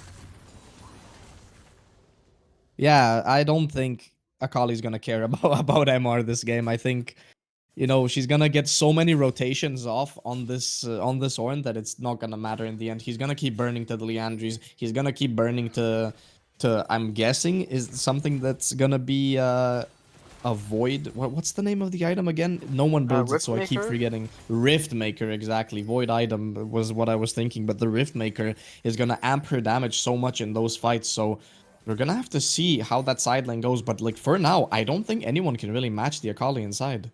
No, I definitely agree with you, and you know, maybe the Ornn can clear the waves, but like, he's never gonna be able to do anything there, and I think not having Ornn with the team is a severe hindrance for Asini here. The Ornn is a big part of your engaging ability to fight. Yeah, for sure. Ornn being a very strong part of their team, but at the same time, DMG is kind of relying on the Akali. That's where most of their gold is. There's 7.8k gold on the Akali, although the Varus is strong still, but the Akali is, you know, their main threat as of right now. So we're gonna have to see how they play it here. We see the Ornn and Akali both moving down here. Mid prio trying to be secured by the Varus, but the lack of the mid tier 1 for DMG is so detrimental here. You see the effects of it. They're not allowed to just walk up. They know the Bard has ult and like they can't get out if they get hit by it. So completely dark here for the side of DMG. Gnar does have Mega here, and they're walking in, but the Drake is already done. Bard portal out, and that's going to be a really clean Drake for Asini here, and DMG get absolutely nothing. Yeah, Bard ult really though, Bard ult in the mid lane. I'm going to have to interrupt you here as we see the Bard ult into the Yone ult, the combo we talked about before. So incredibly strong. The Ornn ult coming out as well. Braum manages to block it, but the engage on the Ivern is still extremely strong. The Gnar is trying to come in, but the Ivern goes down in the end, and the Akali is nowhere to be seen in bot lane. And that's just going to be a clean fight for Asini here. Yeah, they're gonna start up the Baron. There are flank TP wards that are probably gonna get scouted out and spotted here and cut down. And the Akali, she's got nowhere to TP to. She's gonna TP into the mid lane, but I think she might be late. Yeah, I think what the Asini are gonna do is exactly what they should be doing here. They bait out the TP from Akali and then just walk away. They're not gonna try to fight this when they have resist shredded by the side of the Baron. And Yone EQ coming in here and baiting engage coming out. Braum has to flash out, but Yone is tagged by the Akali and she's gonna go behind him in the jungle. The Yone is 1 HP, flashes away just about, but the Akali ult 2 manages to get him down. E is already up, but Maokai flashes in, Q behind, and It's gonna go down. The shutdown, no, actually no shutdown anymore. That's already been taken. The kill going over to the MF. Yeah, 1-for-1 there. The Akali, she's able to use the Shuriken flip to follow the Soul Unbound dash back on the Yoni. She's able to pick him off, and she does get picked off in return. But I think at this point, the Akali is going to be very happy with any 1-for-1 she can take. More gold on the Akali is never going to be a negative here for DMG, for Zeronic. And we do see that, as we suspected, he has picked up, as Carrot said, the Void item, the Rift Maker. She's also sitting on a Dark Seal with 2 stacks. Ivern also 2 stacks on the Dark Seal, very respectable. And across the board, we do generally see second items coming in. Yoni has picked up the Shield Bow. Ornn is working towards the Jack Show. Maokai is sitting on Leandries and Warmogs. Misfortune fairly accelerated in this game. She's working towards her third item.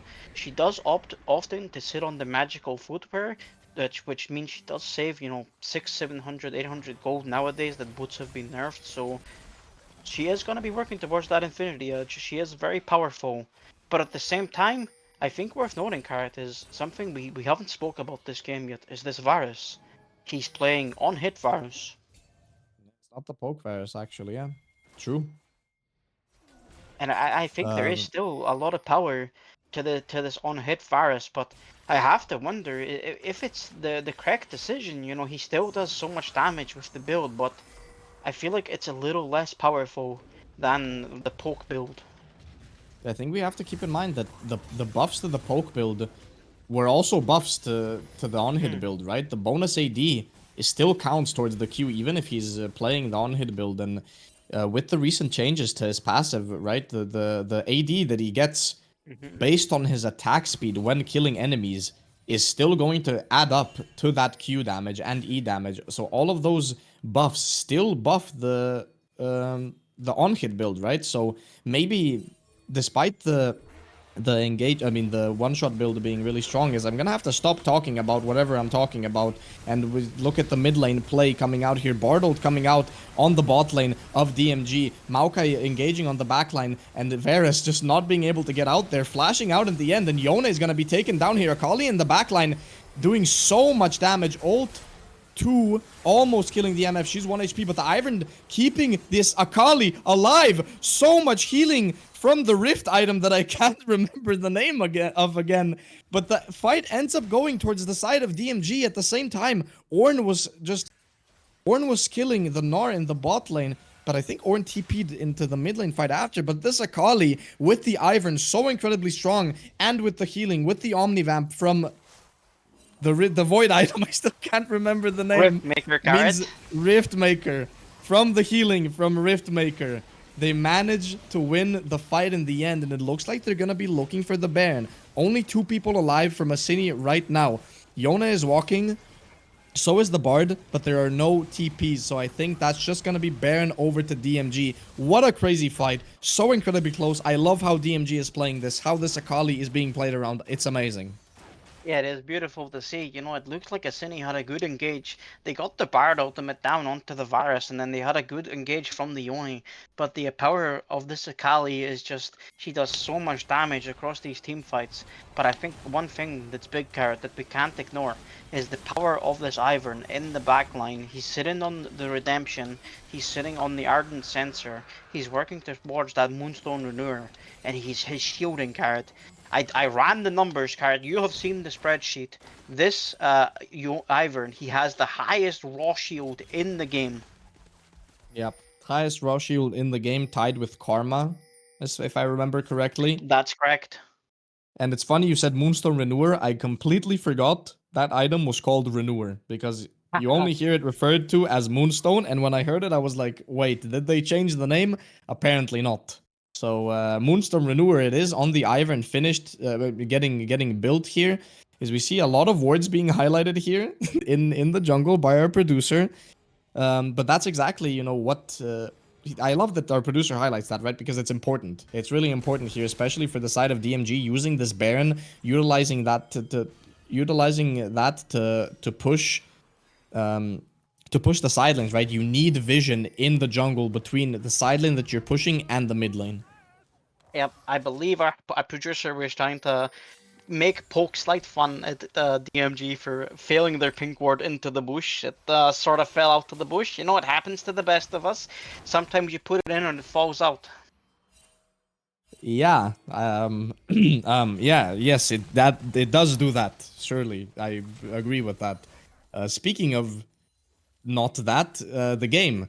We see DMG pushing here in the bot side, taking that tier 1 in the bot lane finally. That tier 1 has been standing there for quite a while, as we see the Yone is extremely strong already in the bot side, but most of DMG's players waiting here, maybe even looking for a dive, but I think that might be a bit over eager for them, as we see the Daisy coming out here. This push is where they're standing right now. DMG wants to complete this push. The Braum standing in front with the Iron Shield being extremely tanky, as we see the Akali TPing back to base. She's gonna cancel that, but top lane is pushed in, and DMG is losing minions to tier 2. Yeah, definitely. You know, they're getting a lot of value out of this Baron power play. Picking up turrets, you know, they're maneuvering them around the map very nicely. But I think it is worth highlighting at this point in the game, Kurt, that there is only a 1k gold lead. Yeah, that's actually kind of crazy. You would think, I mean, this game is really even, to be fair, right? Both of the teams are doing a lot of good plays, a lot of nice playmaking coming out from everyone, but, you know, star players are star players here, and you see the Akali and the Varus on one side, while you have the MF and Yone on the other side, and everyone else is just kind of, you know, supporting characters. They're just here to help out the MCs in the story. Yeah, we've got the anime main characters coming in across this game, and are they gonna be able to go Super Saiyan? Are they gonna be able to ascend to the next stage? Does Akali know what the One Piece is? I think Akali, I don't know how to respond to that, but that's an amazing comment, as I see the Bard ult hitting onto this Varus in the mid lane. As we said, if he gets hit by that ult, it's Jover for him, and he has to use the cleanse. Flash just about not up. I believe that was timed by the side of Asini here. Flash onto the Braum. The Braum has a lot of health here to work with the Ivern, especially. A lot of damage coming out here, and this might be a bit of an overstep. Akali Flash ult 1 into this fight, taking down the Maokai at the beginning. E hitting on to this MF. A lot of damage going down, and the Ivern is just supporting this Akali. She will not die if the Ivern is near. E hit to the Bard, doing a lot of damage here. And in the end, the Akali goes down to this Yone, taking so much damage. But that was so incredibly close. And we're going to look into the replay of that fight. What an incredible play. It's just so beautifully played by the Akali player Zoronik here. He dodges so many spells. He's got the perfect execution and the shuriken flip as mobility around the fight. And that Ivern, Lifetime, just standing behind him the whole time, putting down so many shields. And it's just so hard to cut through it, you know? We see that it took so long for Asini to kill a character that is not a tank. She's an assassin, DPS, bruiser, mage, is what I'm going to classify her as, and nobody's going to disagree. She does now finish her 4th item. She has the Crypt Bloom, so now she is a tank killer also.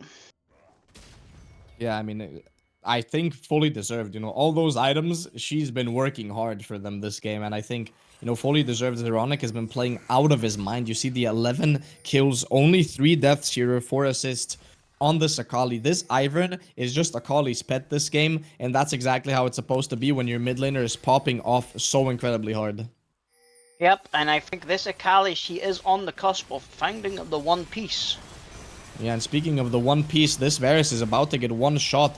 The Zhonya's coming down here. The redemption, huge on the backline here, as we see the Bard ult, I believe, here on the backline, but it's not going to be quite enough to kill everyone here. We see the Braum having to go out, but the Flash W onto the Varus, even though he's healing a lot from the Blade of the Ruined King, it's not going to be quite enough, as we see 2 kills for the side of Asini, but only 1 traded back with their jungler. But the Akali is still alive. The Akali has still so much work to do, as we see a TP coming out on top here by the Narc. Gonna probably take down that tier 2. That is gonna be the 3rd Drake picked up for Asini here after securing 2 kills in that fight. 3rd Dragon is an Infernal Dragon. They are stacking 3 Infernal Dragons. They do only have really 2 champions who are gonna get a lot of value out of that in the Yone and the Misfortune, but if they can secure that Inferno Soul, that's going to be very powerful, you know. It's going to add a lot of damage to the misfortune of the Yoni engage, but also to these champions that don't do as much damage, you know. This Maokai, he's got this hybrid sort of AP poke tank build, but the saplings with the Inferno Soul would do a lot more damage. Yeah, fully agree. The Infernal Soul, regardless of what team it is, it always has value. It's kind of like Mountain Soul. It's really really good overall. Just gives you more HP, but in this case, it just gives you more damage. And speaking of damage, the Asini squad is gonna be doing a lot of damage to this Baron, and it's gonna just get one shot, be taken down immediately by the Maokai in the end. Yone going over, hitting the Q onto the Braum, dealing so much damage, but eating it back in the end as we see the Akali walked up here for this fight, and that's just gonna be a free Baron for the side of Asini. Yeah, I am slowly starting to get flashbacks of the first game, Carrot. It is going downhill for DMG once more.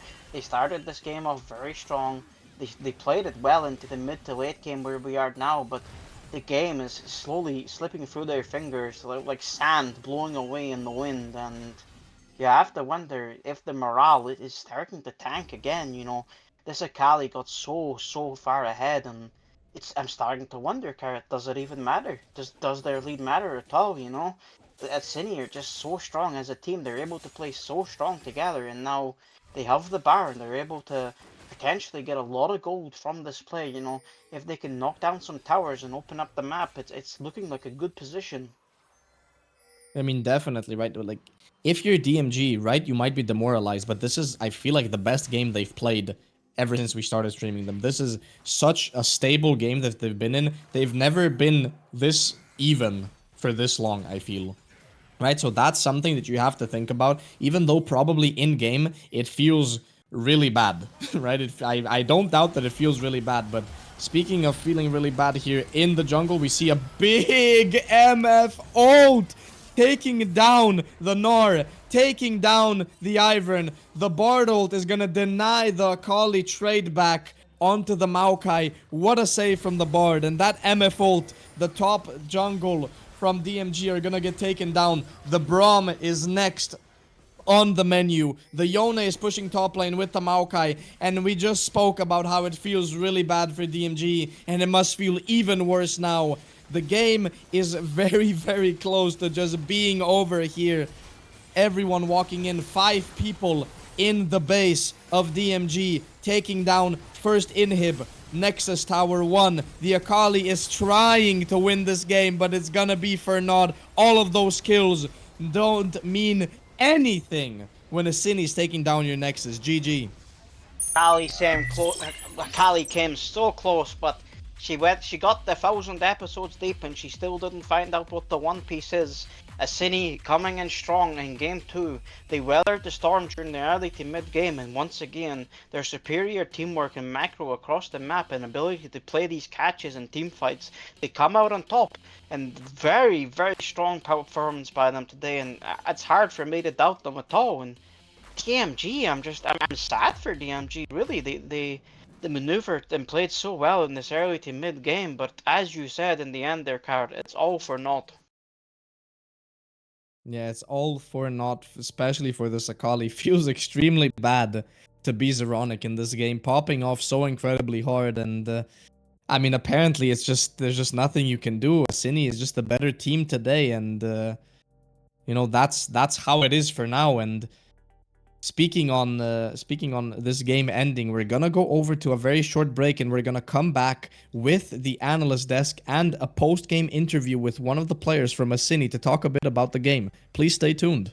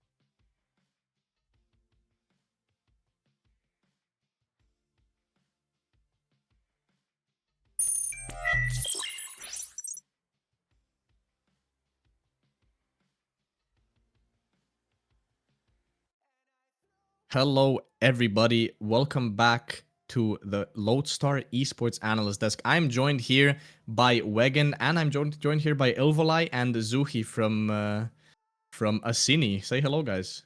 Hello, hello. Hello, hello. Okay, so we have a couple of questions ready for you guys here. So we're just gonna look over the game. We're gonna go into game already. Just talk a bit about what you guys were thinking, and the first thing I have to ask you guys is just what were you thinking in draft? My main question, right? Something that I didn't really understand. What's the deal with Smolder? So why was it picked first game, and why was it not picked second game? I feel like it was a really big factor to why you guys won the first game.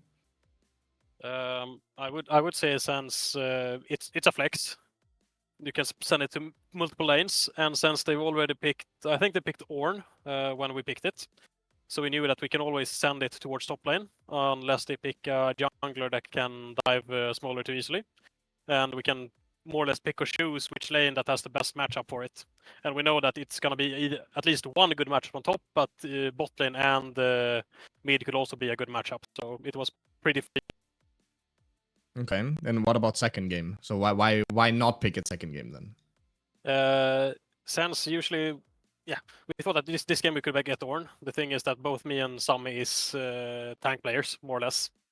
And we have had a lot of success on Ornn. And I don't think that Smolder fit very well here.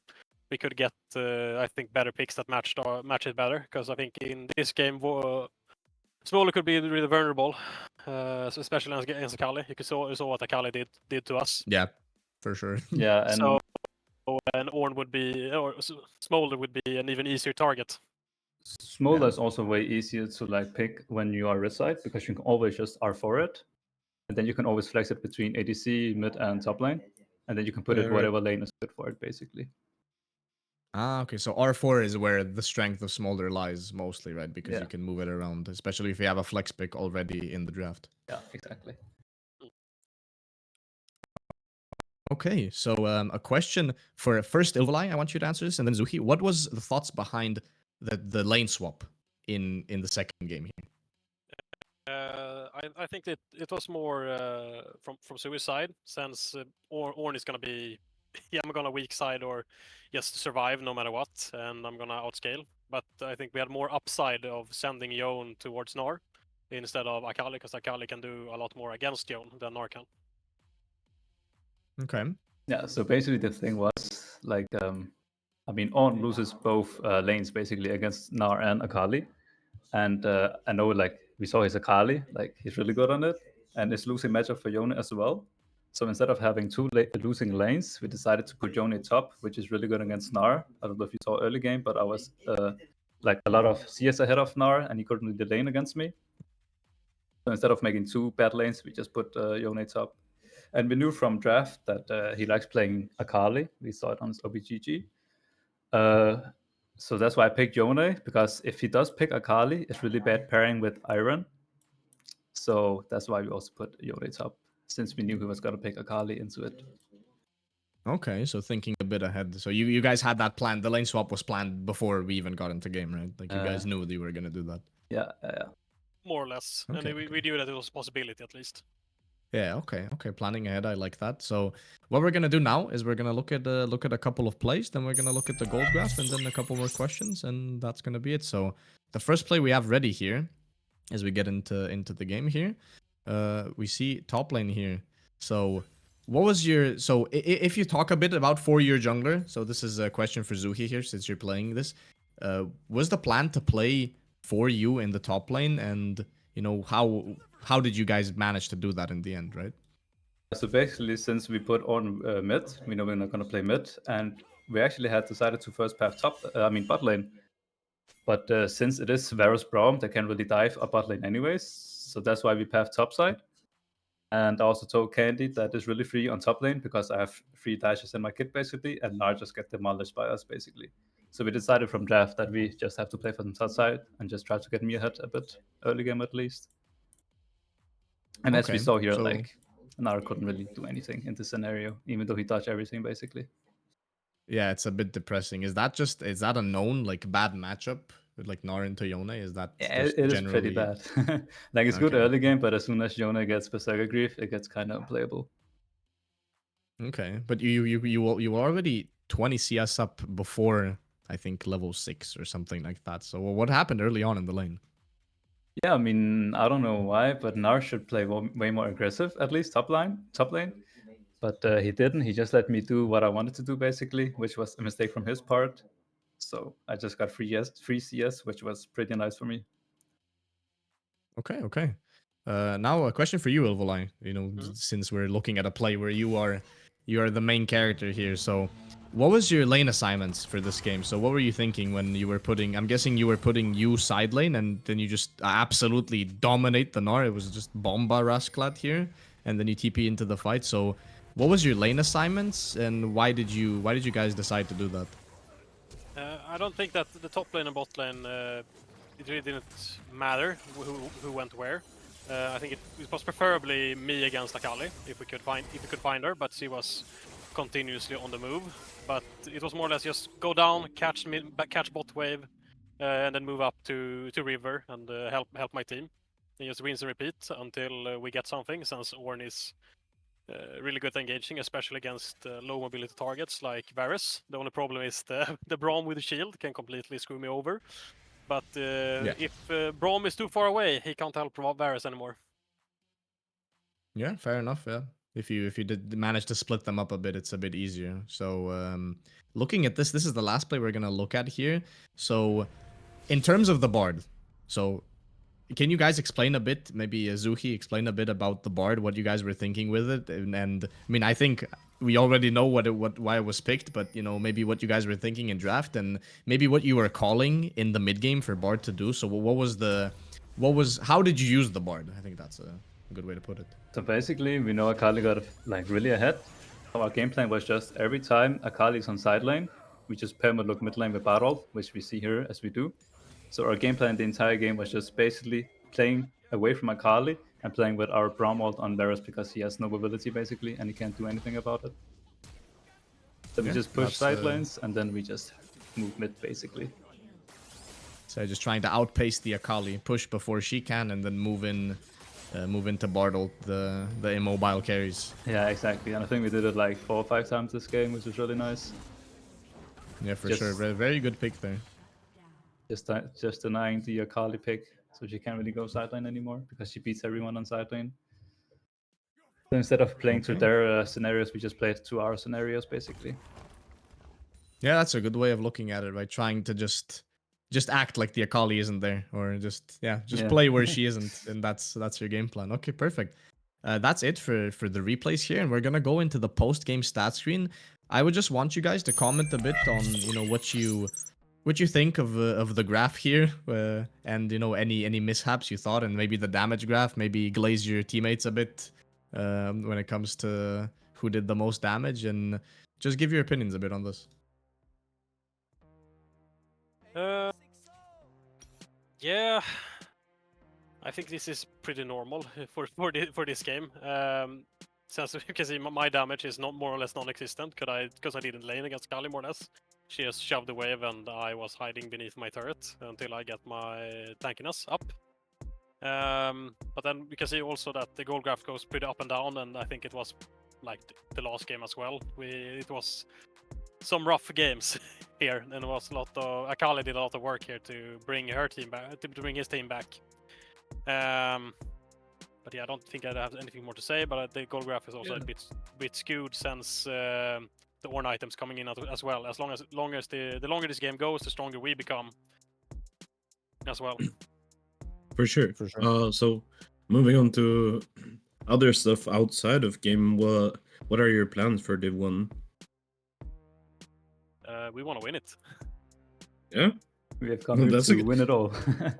Good mentality, eh? So if you want to win Div 1, of course you have to play some scary teams. What teams are you looking out for? The Int and CD team are pretty scary. And I haven't looked at too many of their games yet. I'm gonna do it when we're going up against them. But as for now, as we can see that they are both undefeated, if I'm correct. I think Int won both of the games as well today. Yeah.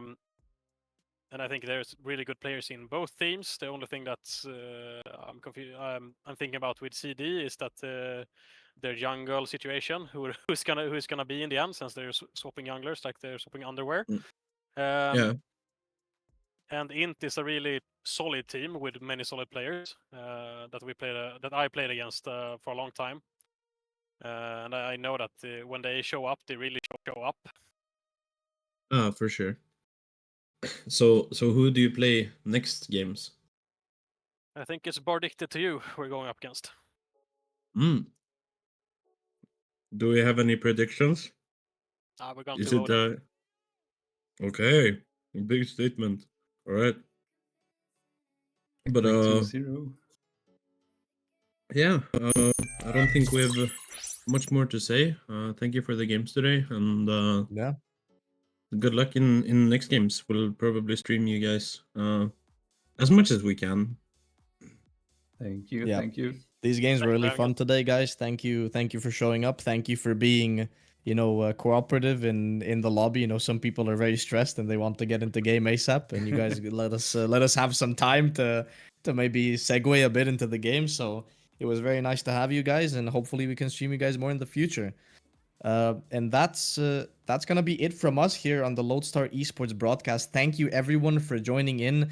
Thank you everyone for joining despite LEC being on. We still had pretty good viewer base. It was really fun. I love seeing the chat light up, and I love getting glazed for the designs and everything, and for the production value. We're gonna come back every single week with better production value, better replays, better everything. So hopefully you guys stick around for that. Drop a follow and follow us on Twitter to keep in touch. So thank you everyone for watching, and we'll see you soon. Bye bye. We'll see you.